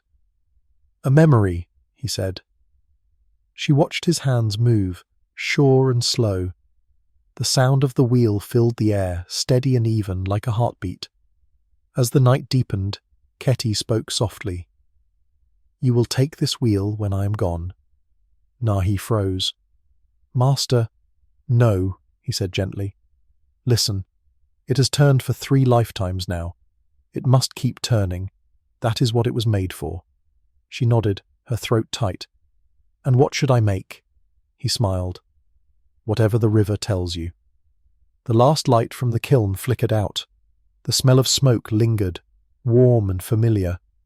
Keti leaned back, his hands resting on his knees, the damp clay cooling beneath his touch. He looked around the courtyard, at the jars, the tools, the faint gleam of river light through the open door. "It's all still here," he said softly. "Yes," Nahi whispered. "It always will be." Thebes slept under its blanket of stars. The Nile moved in silence, carrying the reflection of 1,000 small lamps into the dark. Inside the house, the wheel stood still for the night, but even in stillness it seemed to hum. The rhythm was endless, older than clay, older than memory. And when the first light of morning came, Keti's hands would find it again.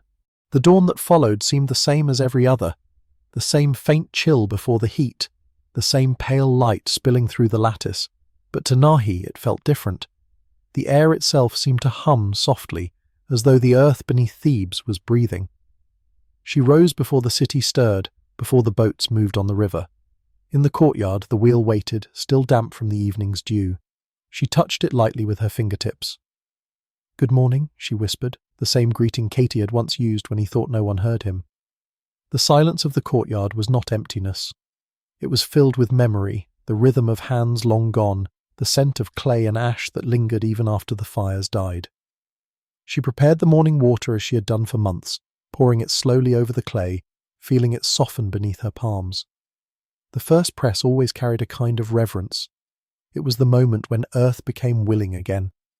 Outside, the sounds of Thebes began to wake, the bleating of goats, the clatter of pottery in distant courtyards, the murmur of a mother scolding her child. Life stretched itself open like the petals of the lotus at dawn. But inside this small house, time moved differently. Here, every breath seemed to echo those who had breathed before. Nahi began to work. The wheel turned beneath her feet, slow, steady, rhythmic. The clay rose obediently between her hands. Her motions were graceful but unhurried, the kind of grace that came not from youth, but from attention. Each spin of the wheel drew her deeper into the sound of it, the low, wet hiss that filled the air. "It listens," she said softly, smiling to herself, "and it remembers." She shaped until the sun climbed high enough to cast gold over the walls. Sweat gathered at the back of her neck, dust clung to her wrists. When she stopped, the vessel before her was wide and deep, meant for grain. It shone faintly in the sunlight. She covered it with a damp cloth, whispering the same small prayer Keti had taught her, for use, for beauty, for life. Later, she walked down to the river.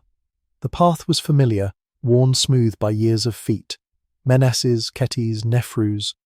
The Nile moved slow and patient, its surface broken by the flicker of oars. A group of children laughed as they threw handfuls of reeds into the water. Fishermen worked in silence, their nets glistening in the light. Nahi knelt by the edge, washing the clay from her hands. The coolness of the water made her shiver. She could smell the silt, the faint sweetness of decaying reeds, the metallic tang of life itself. She remembered Keti's words. The river teaches patience, and Menes before him, the clay remembers. The 2 sentences fit together like the 2 halves of a jar. She smiled, tracing a circle in the wet sand with her finger. A circle had no beginning and no end, only the space it contained. When she returned home, she found 2 boys waiting at the gate. They were young, maybe 10 or 11, barefoot, their eyes wide with curiosity. "Are you the potter?" one asked. "The old man told us to come." Nahi smiled gently. "Then you've come to listen, not to work." They looked at each other, puzzled, but nodded. She handed them each a lump of clay. "Hold it," she said. "Don't shape it yet. Just hold it until it feels warm." They obeyed. After a few moments, she asked, "What do you feel?" The smaller boy frowned. "It's soft." "And alive," said the other. She nodded. "Good. That is where you begin." The weeks that followed were full of small lessons. The boys learned to fetch water, to grind pigment, to fan the kiln.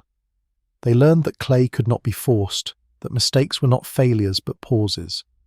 Nahi taught them as Menes and Keti had taught before her, with silence more than words, with patience more than correction. The courtyard filled again with laughter, the sound of voices blending with the familiar hum of the wheel. One evening, when the sun sank behind the palms, Nahi lit the lamps Katie had left her. Their flames flickered softly, casting long shadows across the jars that lined the walls. She sat beside the wheel, her apprentices asleep nearby. The air smelled of baked earth and oil. She closed her eyes and listened. Somewhere deep beneath the quiet, she could hear the faint echo of all the hands that had worked here, the steady rhythm of Menes's shaping, the calm cadence of Keti's breath, her own heartbeat joining theirs. The sound was not memory now, it was presence. The next morning she began to make something new, a vessel unlike any she had seen before. It rose higher than the rest, its neck slender, its base curved like a question. The clay seemed to guide her, its resistance soft but firm. As she worked, she found herself murmuring, "For those who taught me," she said, "for those who will come." When it was finished, she sat back and exhaled. The pot stood silent in the morning light, the surface smooth as river water. She decided not to sell it. Instead, she placed it beside the door, where the light touched it first each morning. Sometimes she would glance at it while she worked, and a calm would settle over her. The vessel seemed to hum faintly in the stillness, a tone too low for hearing but deep enough to feel. Seasons changed. Thebes grew and shifted around her, but the small house by the river stayed the same. The wheel turned. Apprentices came and went. Some became potters in their own right, opening workshops farther down the river. They carried her methods, her patience, her reverence for the clay. When they spoke her name in distant cities, they did so softly, with the same respect others once gave to Menes. And so the circle widened again.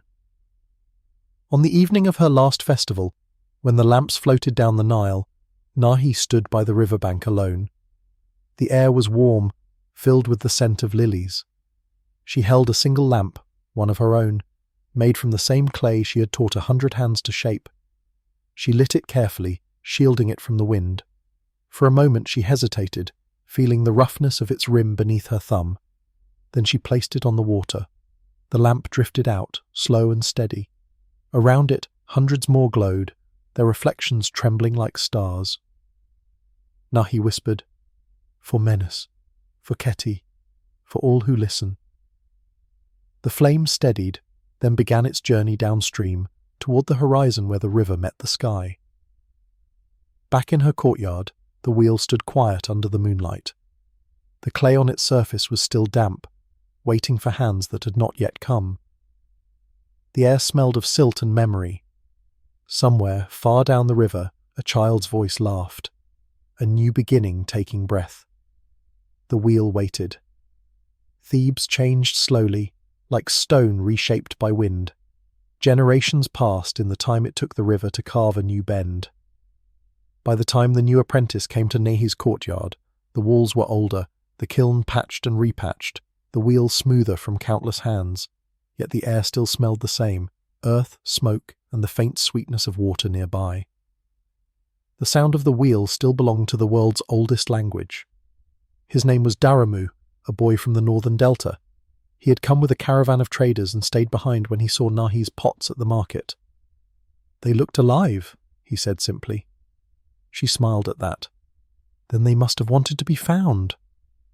He was wiry, restless, quick to speak, and quicker to move, unlike the quiet children she had taught before. At first she wondered if he could ever learn stillness. But she saw something familiar in his eyes, an ache to understand, not just to copy. The first weeks were clumsy. His clay cracked. His shapes leaned. The wheel spun too fast under his impatient foot.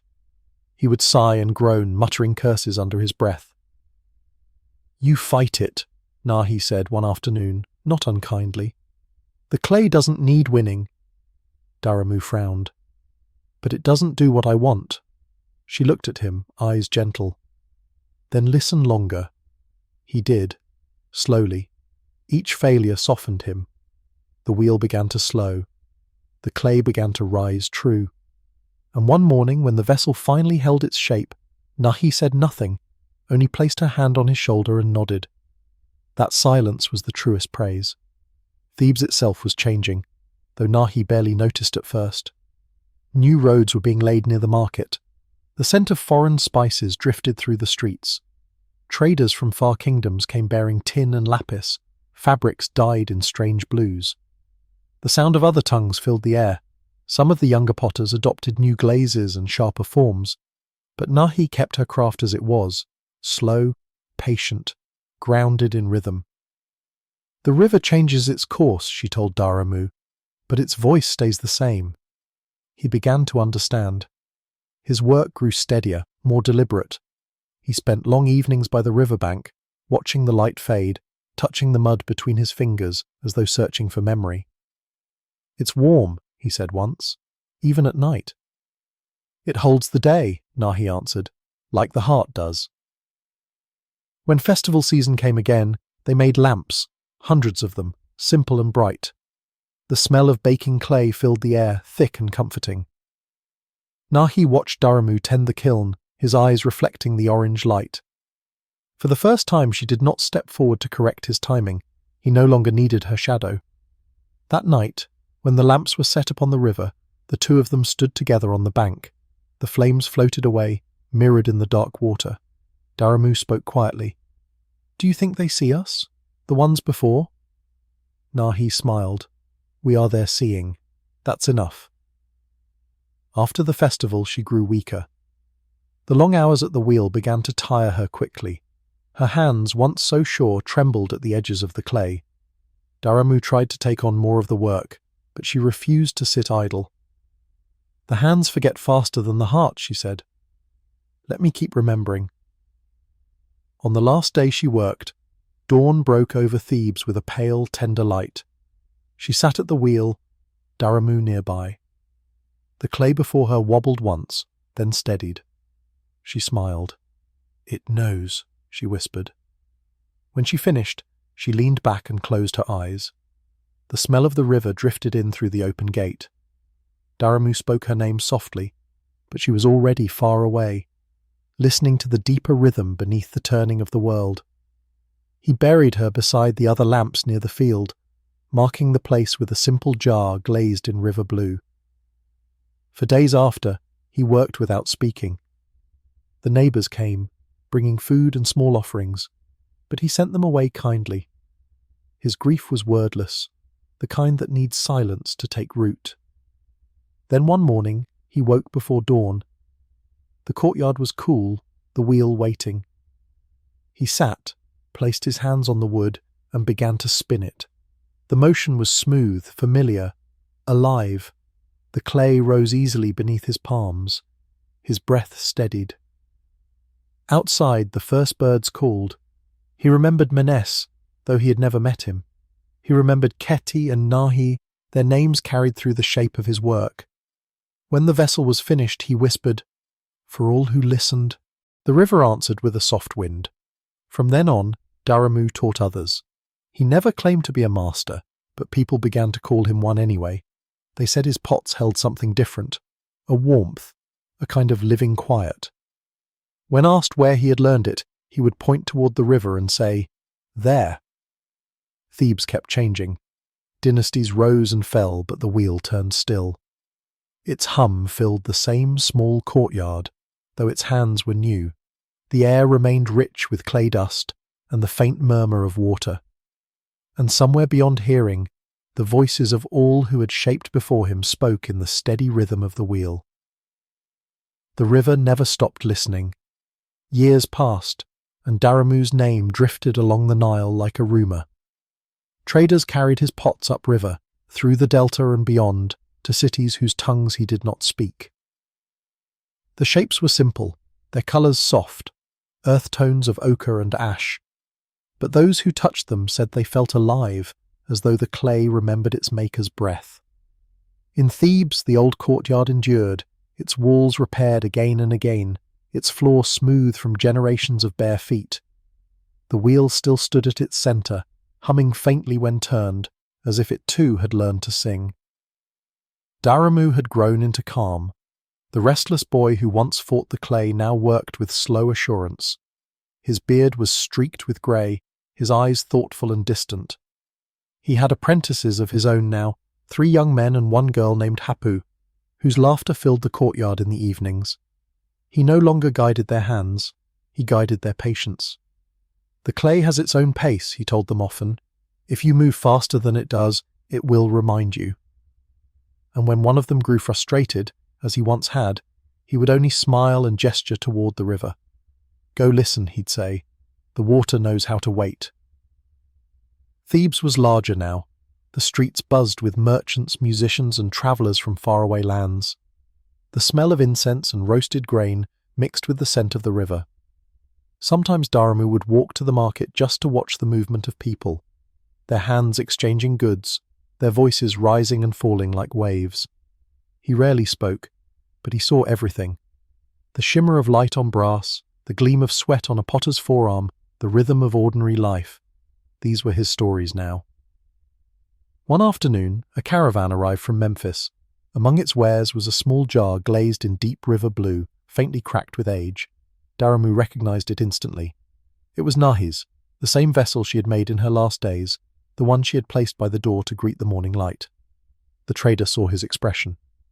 It came from a house that fell to flood years ago, the man said, but this piece would not break. It floated. Daramu bought it quietly and carried it home. That night he placed it beside the wheel. The lamplight caught its smooth curve, making it glow as though it held the moon. He ran his fingers along its side. "You came back," he whispered. The air seemed to shift, the faint scent of clay and smoke rising again. He imagined Menes, Keti, and Nahi standing in the doorway, silent but smiling. "You've kept the rhythm," he heard, though the sound was only wind. The next morning he began a new series of pots, larger, lighter, their rims wide like open mouths. He named them the wind vessels. "They are for breath," he told Hapu when she asked, "for the space between sound and silence." When they were fired, they rang faintly when tapped, a note soft as reed music. The priests came to see them, and one said, "They sound like prayer." Daramu nodded. "Then they are what they should be." His fame spread quietly. Nobles ordered his work for their tombs, temples requested his vessels for offerings, and travelling scholars wrote of the potter of Thebes whose clay held the sound of the river. Yet Daramu himself lived as simply as ever. He slept on a woven mat, ate barley and dates, and spent long hours by the wheel.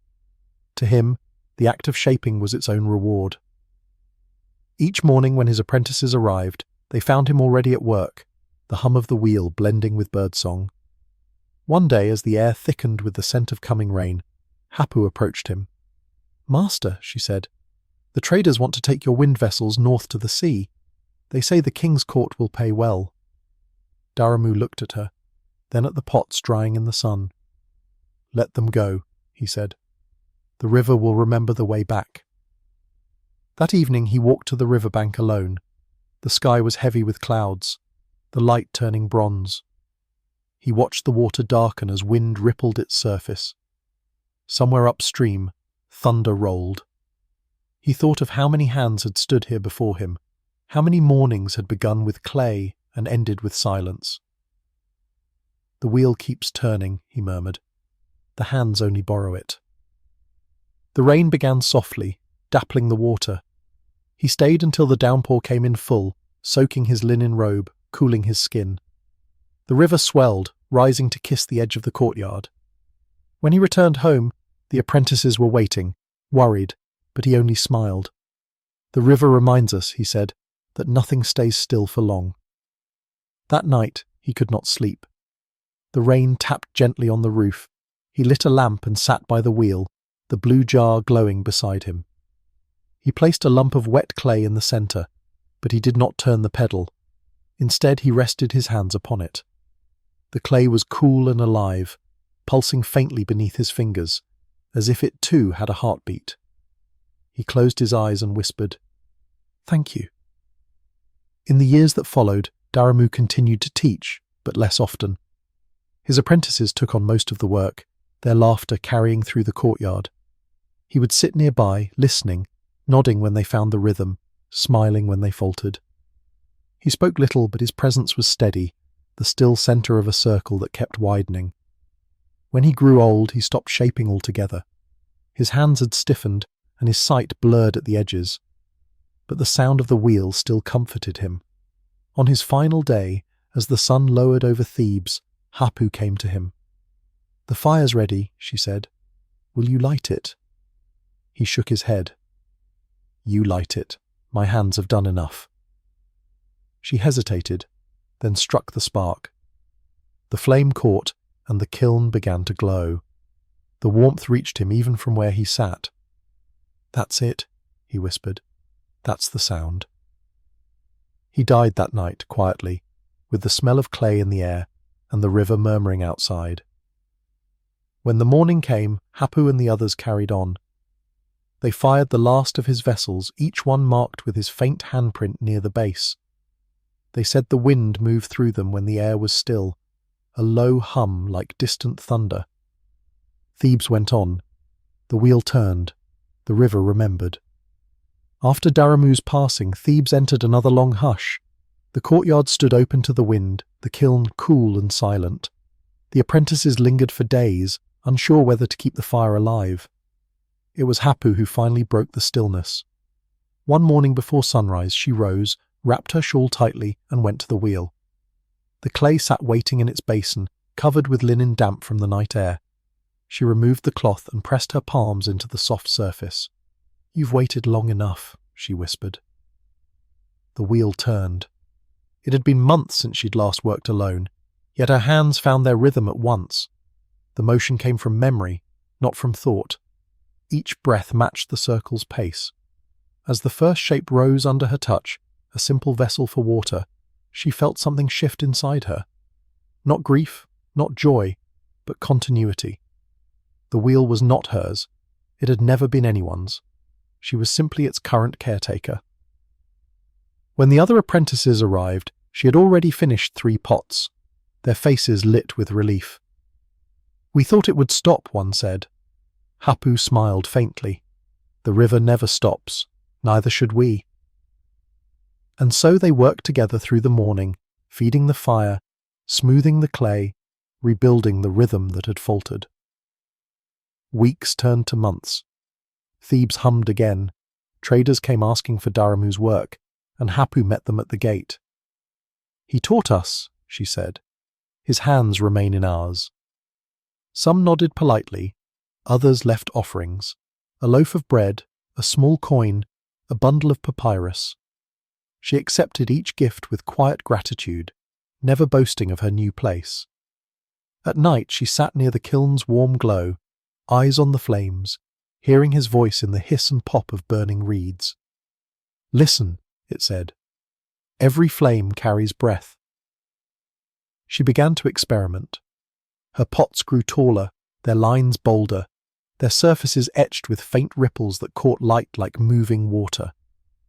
She called them river songs.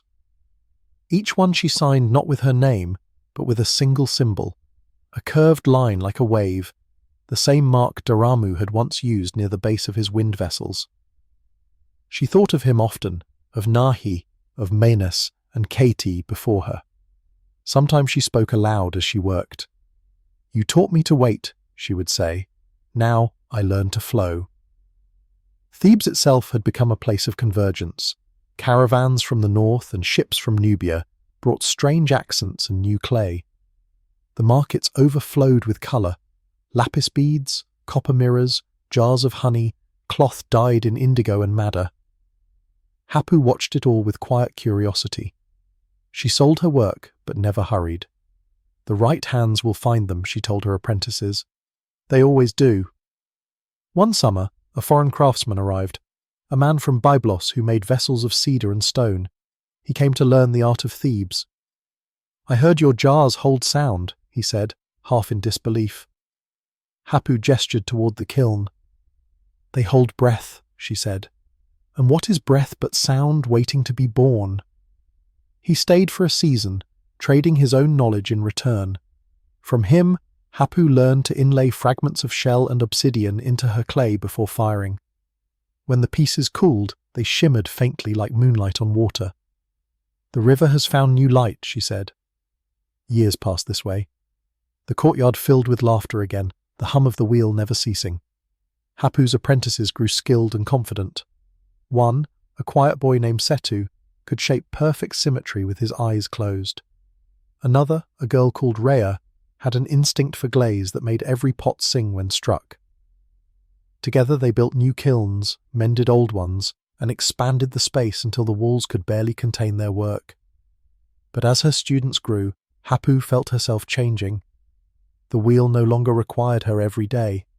Her hands ached more in the mornings, her breath shorter in the heat.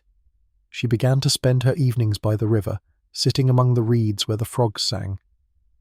There she would watch the reflection of the city lights trembling on the water's surface.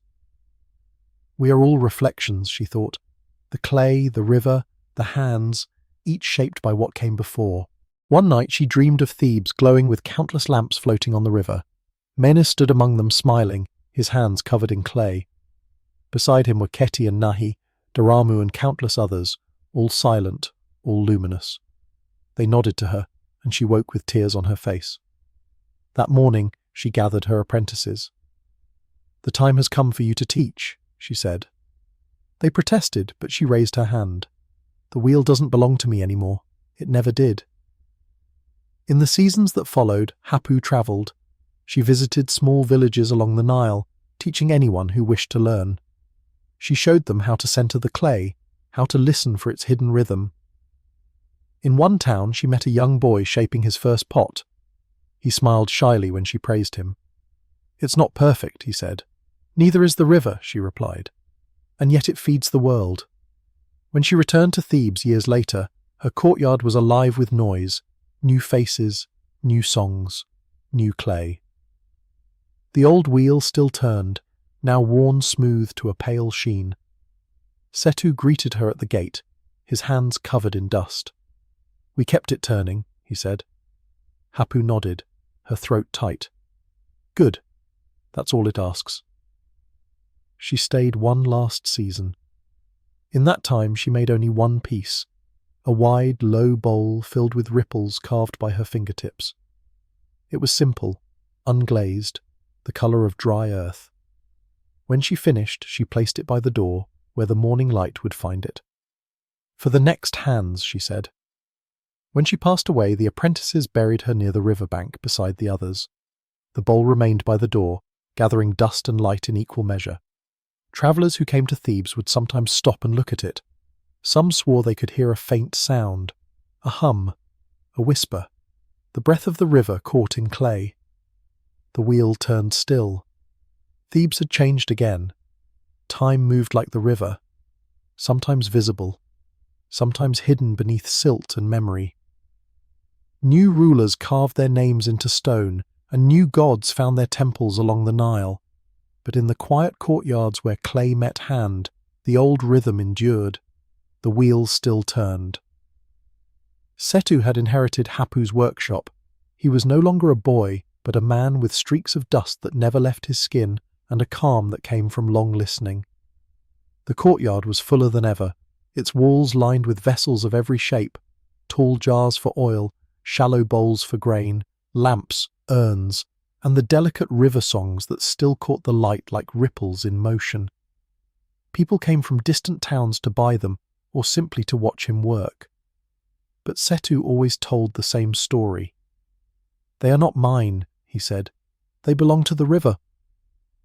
Each morning before the apprentices arrived, he walked to the water's edge. The Nile was broader now, its banks heavy with reeds and flowering papyrus. Fishermen nodded to him as he passed, recognizing the potter who spoke softly to the river. He would kneel, scoop a handful of mud, and let it slip between his fingers. "Old friend," he would whisper, "still teaching." Only then would he return to begin the day's work. The apprentices adored him. He was patient but firm, kind but unyielding when it came to the discipline of the craft. "The clay listens," he would say. "So must you." He rarely raised his voice, yet every word carried weight. Under his guidance, the courtyard became a small world of balance. Laughter between lessons, silence between turns, the sound of the wheel like breath drawn and released. One day a traveller arrived, a woman from the coast, her accent lilting and strange. She carried with her a shard of pottery wrapped in linen. "This came to me from far north," she said, "from a shipwreck. I was told it was made in Thebes." Setu unwrapped the cloth carefully. The shard gleamed blue beneath the dust, a faint wave etched near its base. He traced it with his thumb and smiled. "Hapu," he whispered. "She's still floating." The woman watched him curiously. "You knew the maker?" "I know her hands," he replied. She stayed for several days, watching him work. He taught her how to center the clay, how to find stillness before the motion began. When she left, she carried with her a single lamp, simple and unglazed. "For your journeys," he said, "so you remember where to begin." She bowed. "And where to return?" Years folded one into another. Seasons changed, apprentices came and went, and Setu's hair grew silver. Thebes thrived around him, its streets louder, its temples grander. Yet his courtyard remained an island of calm. Sometimes, at dusk, he would sit by the door and watch the city's lights flicker on. He thought of Menes, of Keti, Nahi, Daramu, Hapu, all the hands that had shaped before his. Their faces had faded in detail, but their presence lingered in the motion of the wheel, in the scent of damp earth after rain. One night during the Festival of Lamps, he gathered his apprentices by the river. The air was warm and the current moved lazily under the starlight. They carried dozens of small lamps, each carved with the faint ripple mark of their workshop. When they lit them, the flames trembled in the wind, then steadied. Together they set them afloat. The river caught them gently, pulling them downstream. Setu watched the glow recede, the reflections stretching long and thin. "There," he said softly. "That's what we make. Not clay, not pots, but light that moves." The apprentices fell silent. Only the sound of water remained. In the years that followed, Setu began to keep records, drawings of vessel shapes, lists of glaze mixtures, and small notes about firing temperatures and timings. He bound them in papyrus and stored them in a clay jar sealed with wax. "For whoever comes after," he said, "so the memory has words to rest in." When age finally slowed him, he stopped working the wheel himself. His apprentices begged him to rest, but he insisted on sitting nearby, listening. "The sound keeps me alive," he said. "When it stops, I will follow." They humoured him, shaping and firing as he watched. Sometimes he would hum a low tune, the same melody that Menes had once sung under his breath centuries before. The wheel seemed to spin in time with it. On his last morning, the sun rose red over the river. The air was thick with the smell of silt and smoke. Setu sat by the door, his hands folded in his lap. "Keep it turning," he told his apprentices. "Don't wait for meaning. It will come with motion." They promised. He smiled once, then closed his eyes. He was buried beside Hapu and the others, near the reeds where the water whispered. His apprentices placed the sealed jar among the graves, its surface marked with the same ripple symbol. "The river knows," one said. "It will carry his words." Years later, when floods came and reshaped the banks, the jar was swept away. It drifted north for weeks, then vanished. Some said it sank into silt. Others claimed it reached the delta and was taken by sailors to distant lands.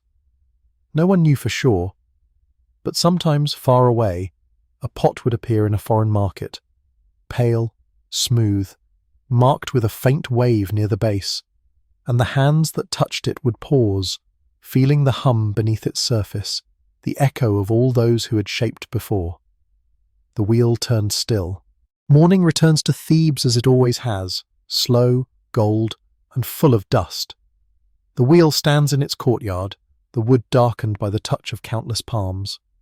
The kiln is warm from the night before, breathing faintly through its cracks. Birds gather along the low wall, their chatter weaving through the hush of dawn. Somewhere a river bends, patient as memory. There is no master now, no apprentice whose name will be remembered. The courtyard belongs to silence and the steady rhythm of work. A pair of hands, young, unrecorded, press into the clay, shaping what the generations before once shaped. The body bends, the breath slows, and the sound begins again. The low hum of the turning wheel, the wet sigh of clay giving way. It is the same song, sung in different mouths. The sun climbs, the air thickens. Across the courtyard, jars dry in the light, their shadows long and soft. Each carries the faint ripple mark at its base, the small curve that has passed through centuries of fingers. No one knows its meaning now. Some think it is decoration, others a signature. But the truth has settled deeper than words can reach. It is a memory older than any name, a whisper of water meeting earth. At midday, the heat presses down like a hand. The worker pauses, wiping the back of one arm across their brow. The wheel slows but never fully stops. It turns on its own weight, slow as breath. A breeze moves through the courtyard, stirring the scent of clay and smoke. From the kiln comes the faint crackle of cooling fire, a sound that has not changed since Menes first shaped his vessels by the river's edge. Beyond the courtyard, Thebes hums with life. The market cries, the clatter of bronze, the murmur of traders speaking tongues from faraway coasts. Yet here, within these walls, time holds still. The noise of the city fades until only the river remains, its voice faint but steady, threading through the air like a thought half-remembered. The worker begins again. The clay wobbles once, then steadies. Fingers find the rhythm, guiding the shape into balance. The pot rises, narrowing at the neck, flaring at the rim.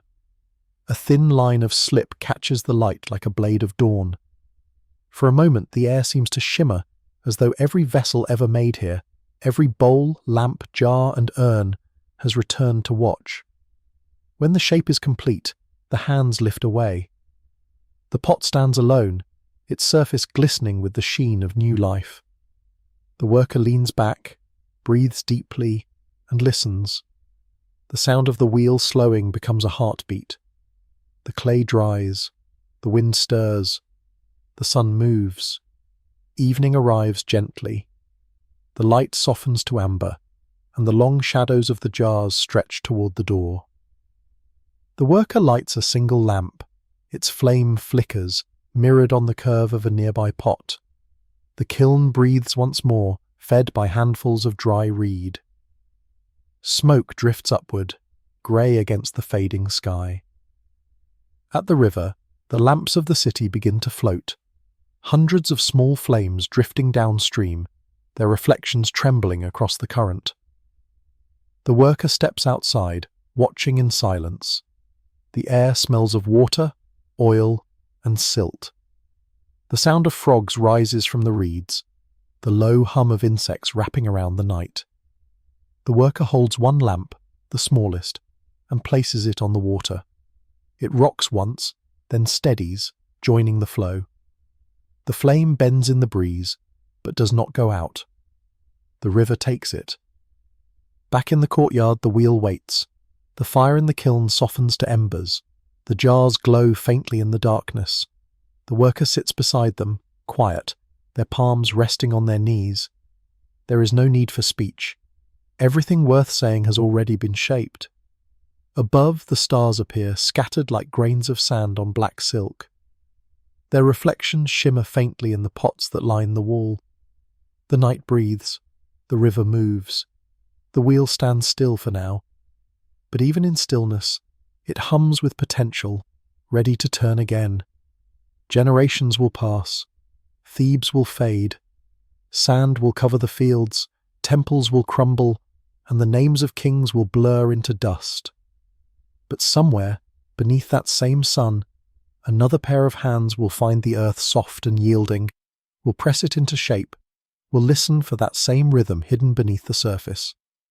The wheel will turn, the clay will breathe, and the river will remember.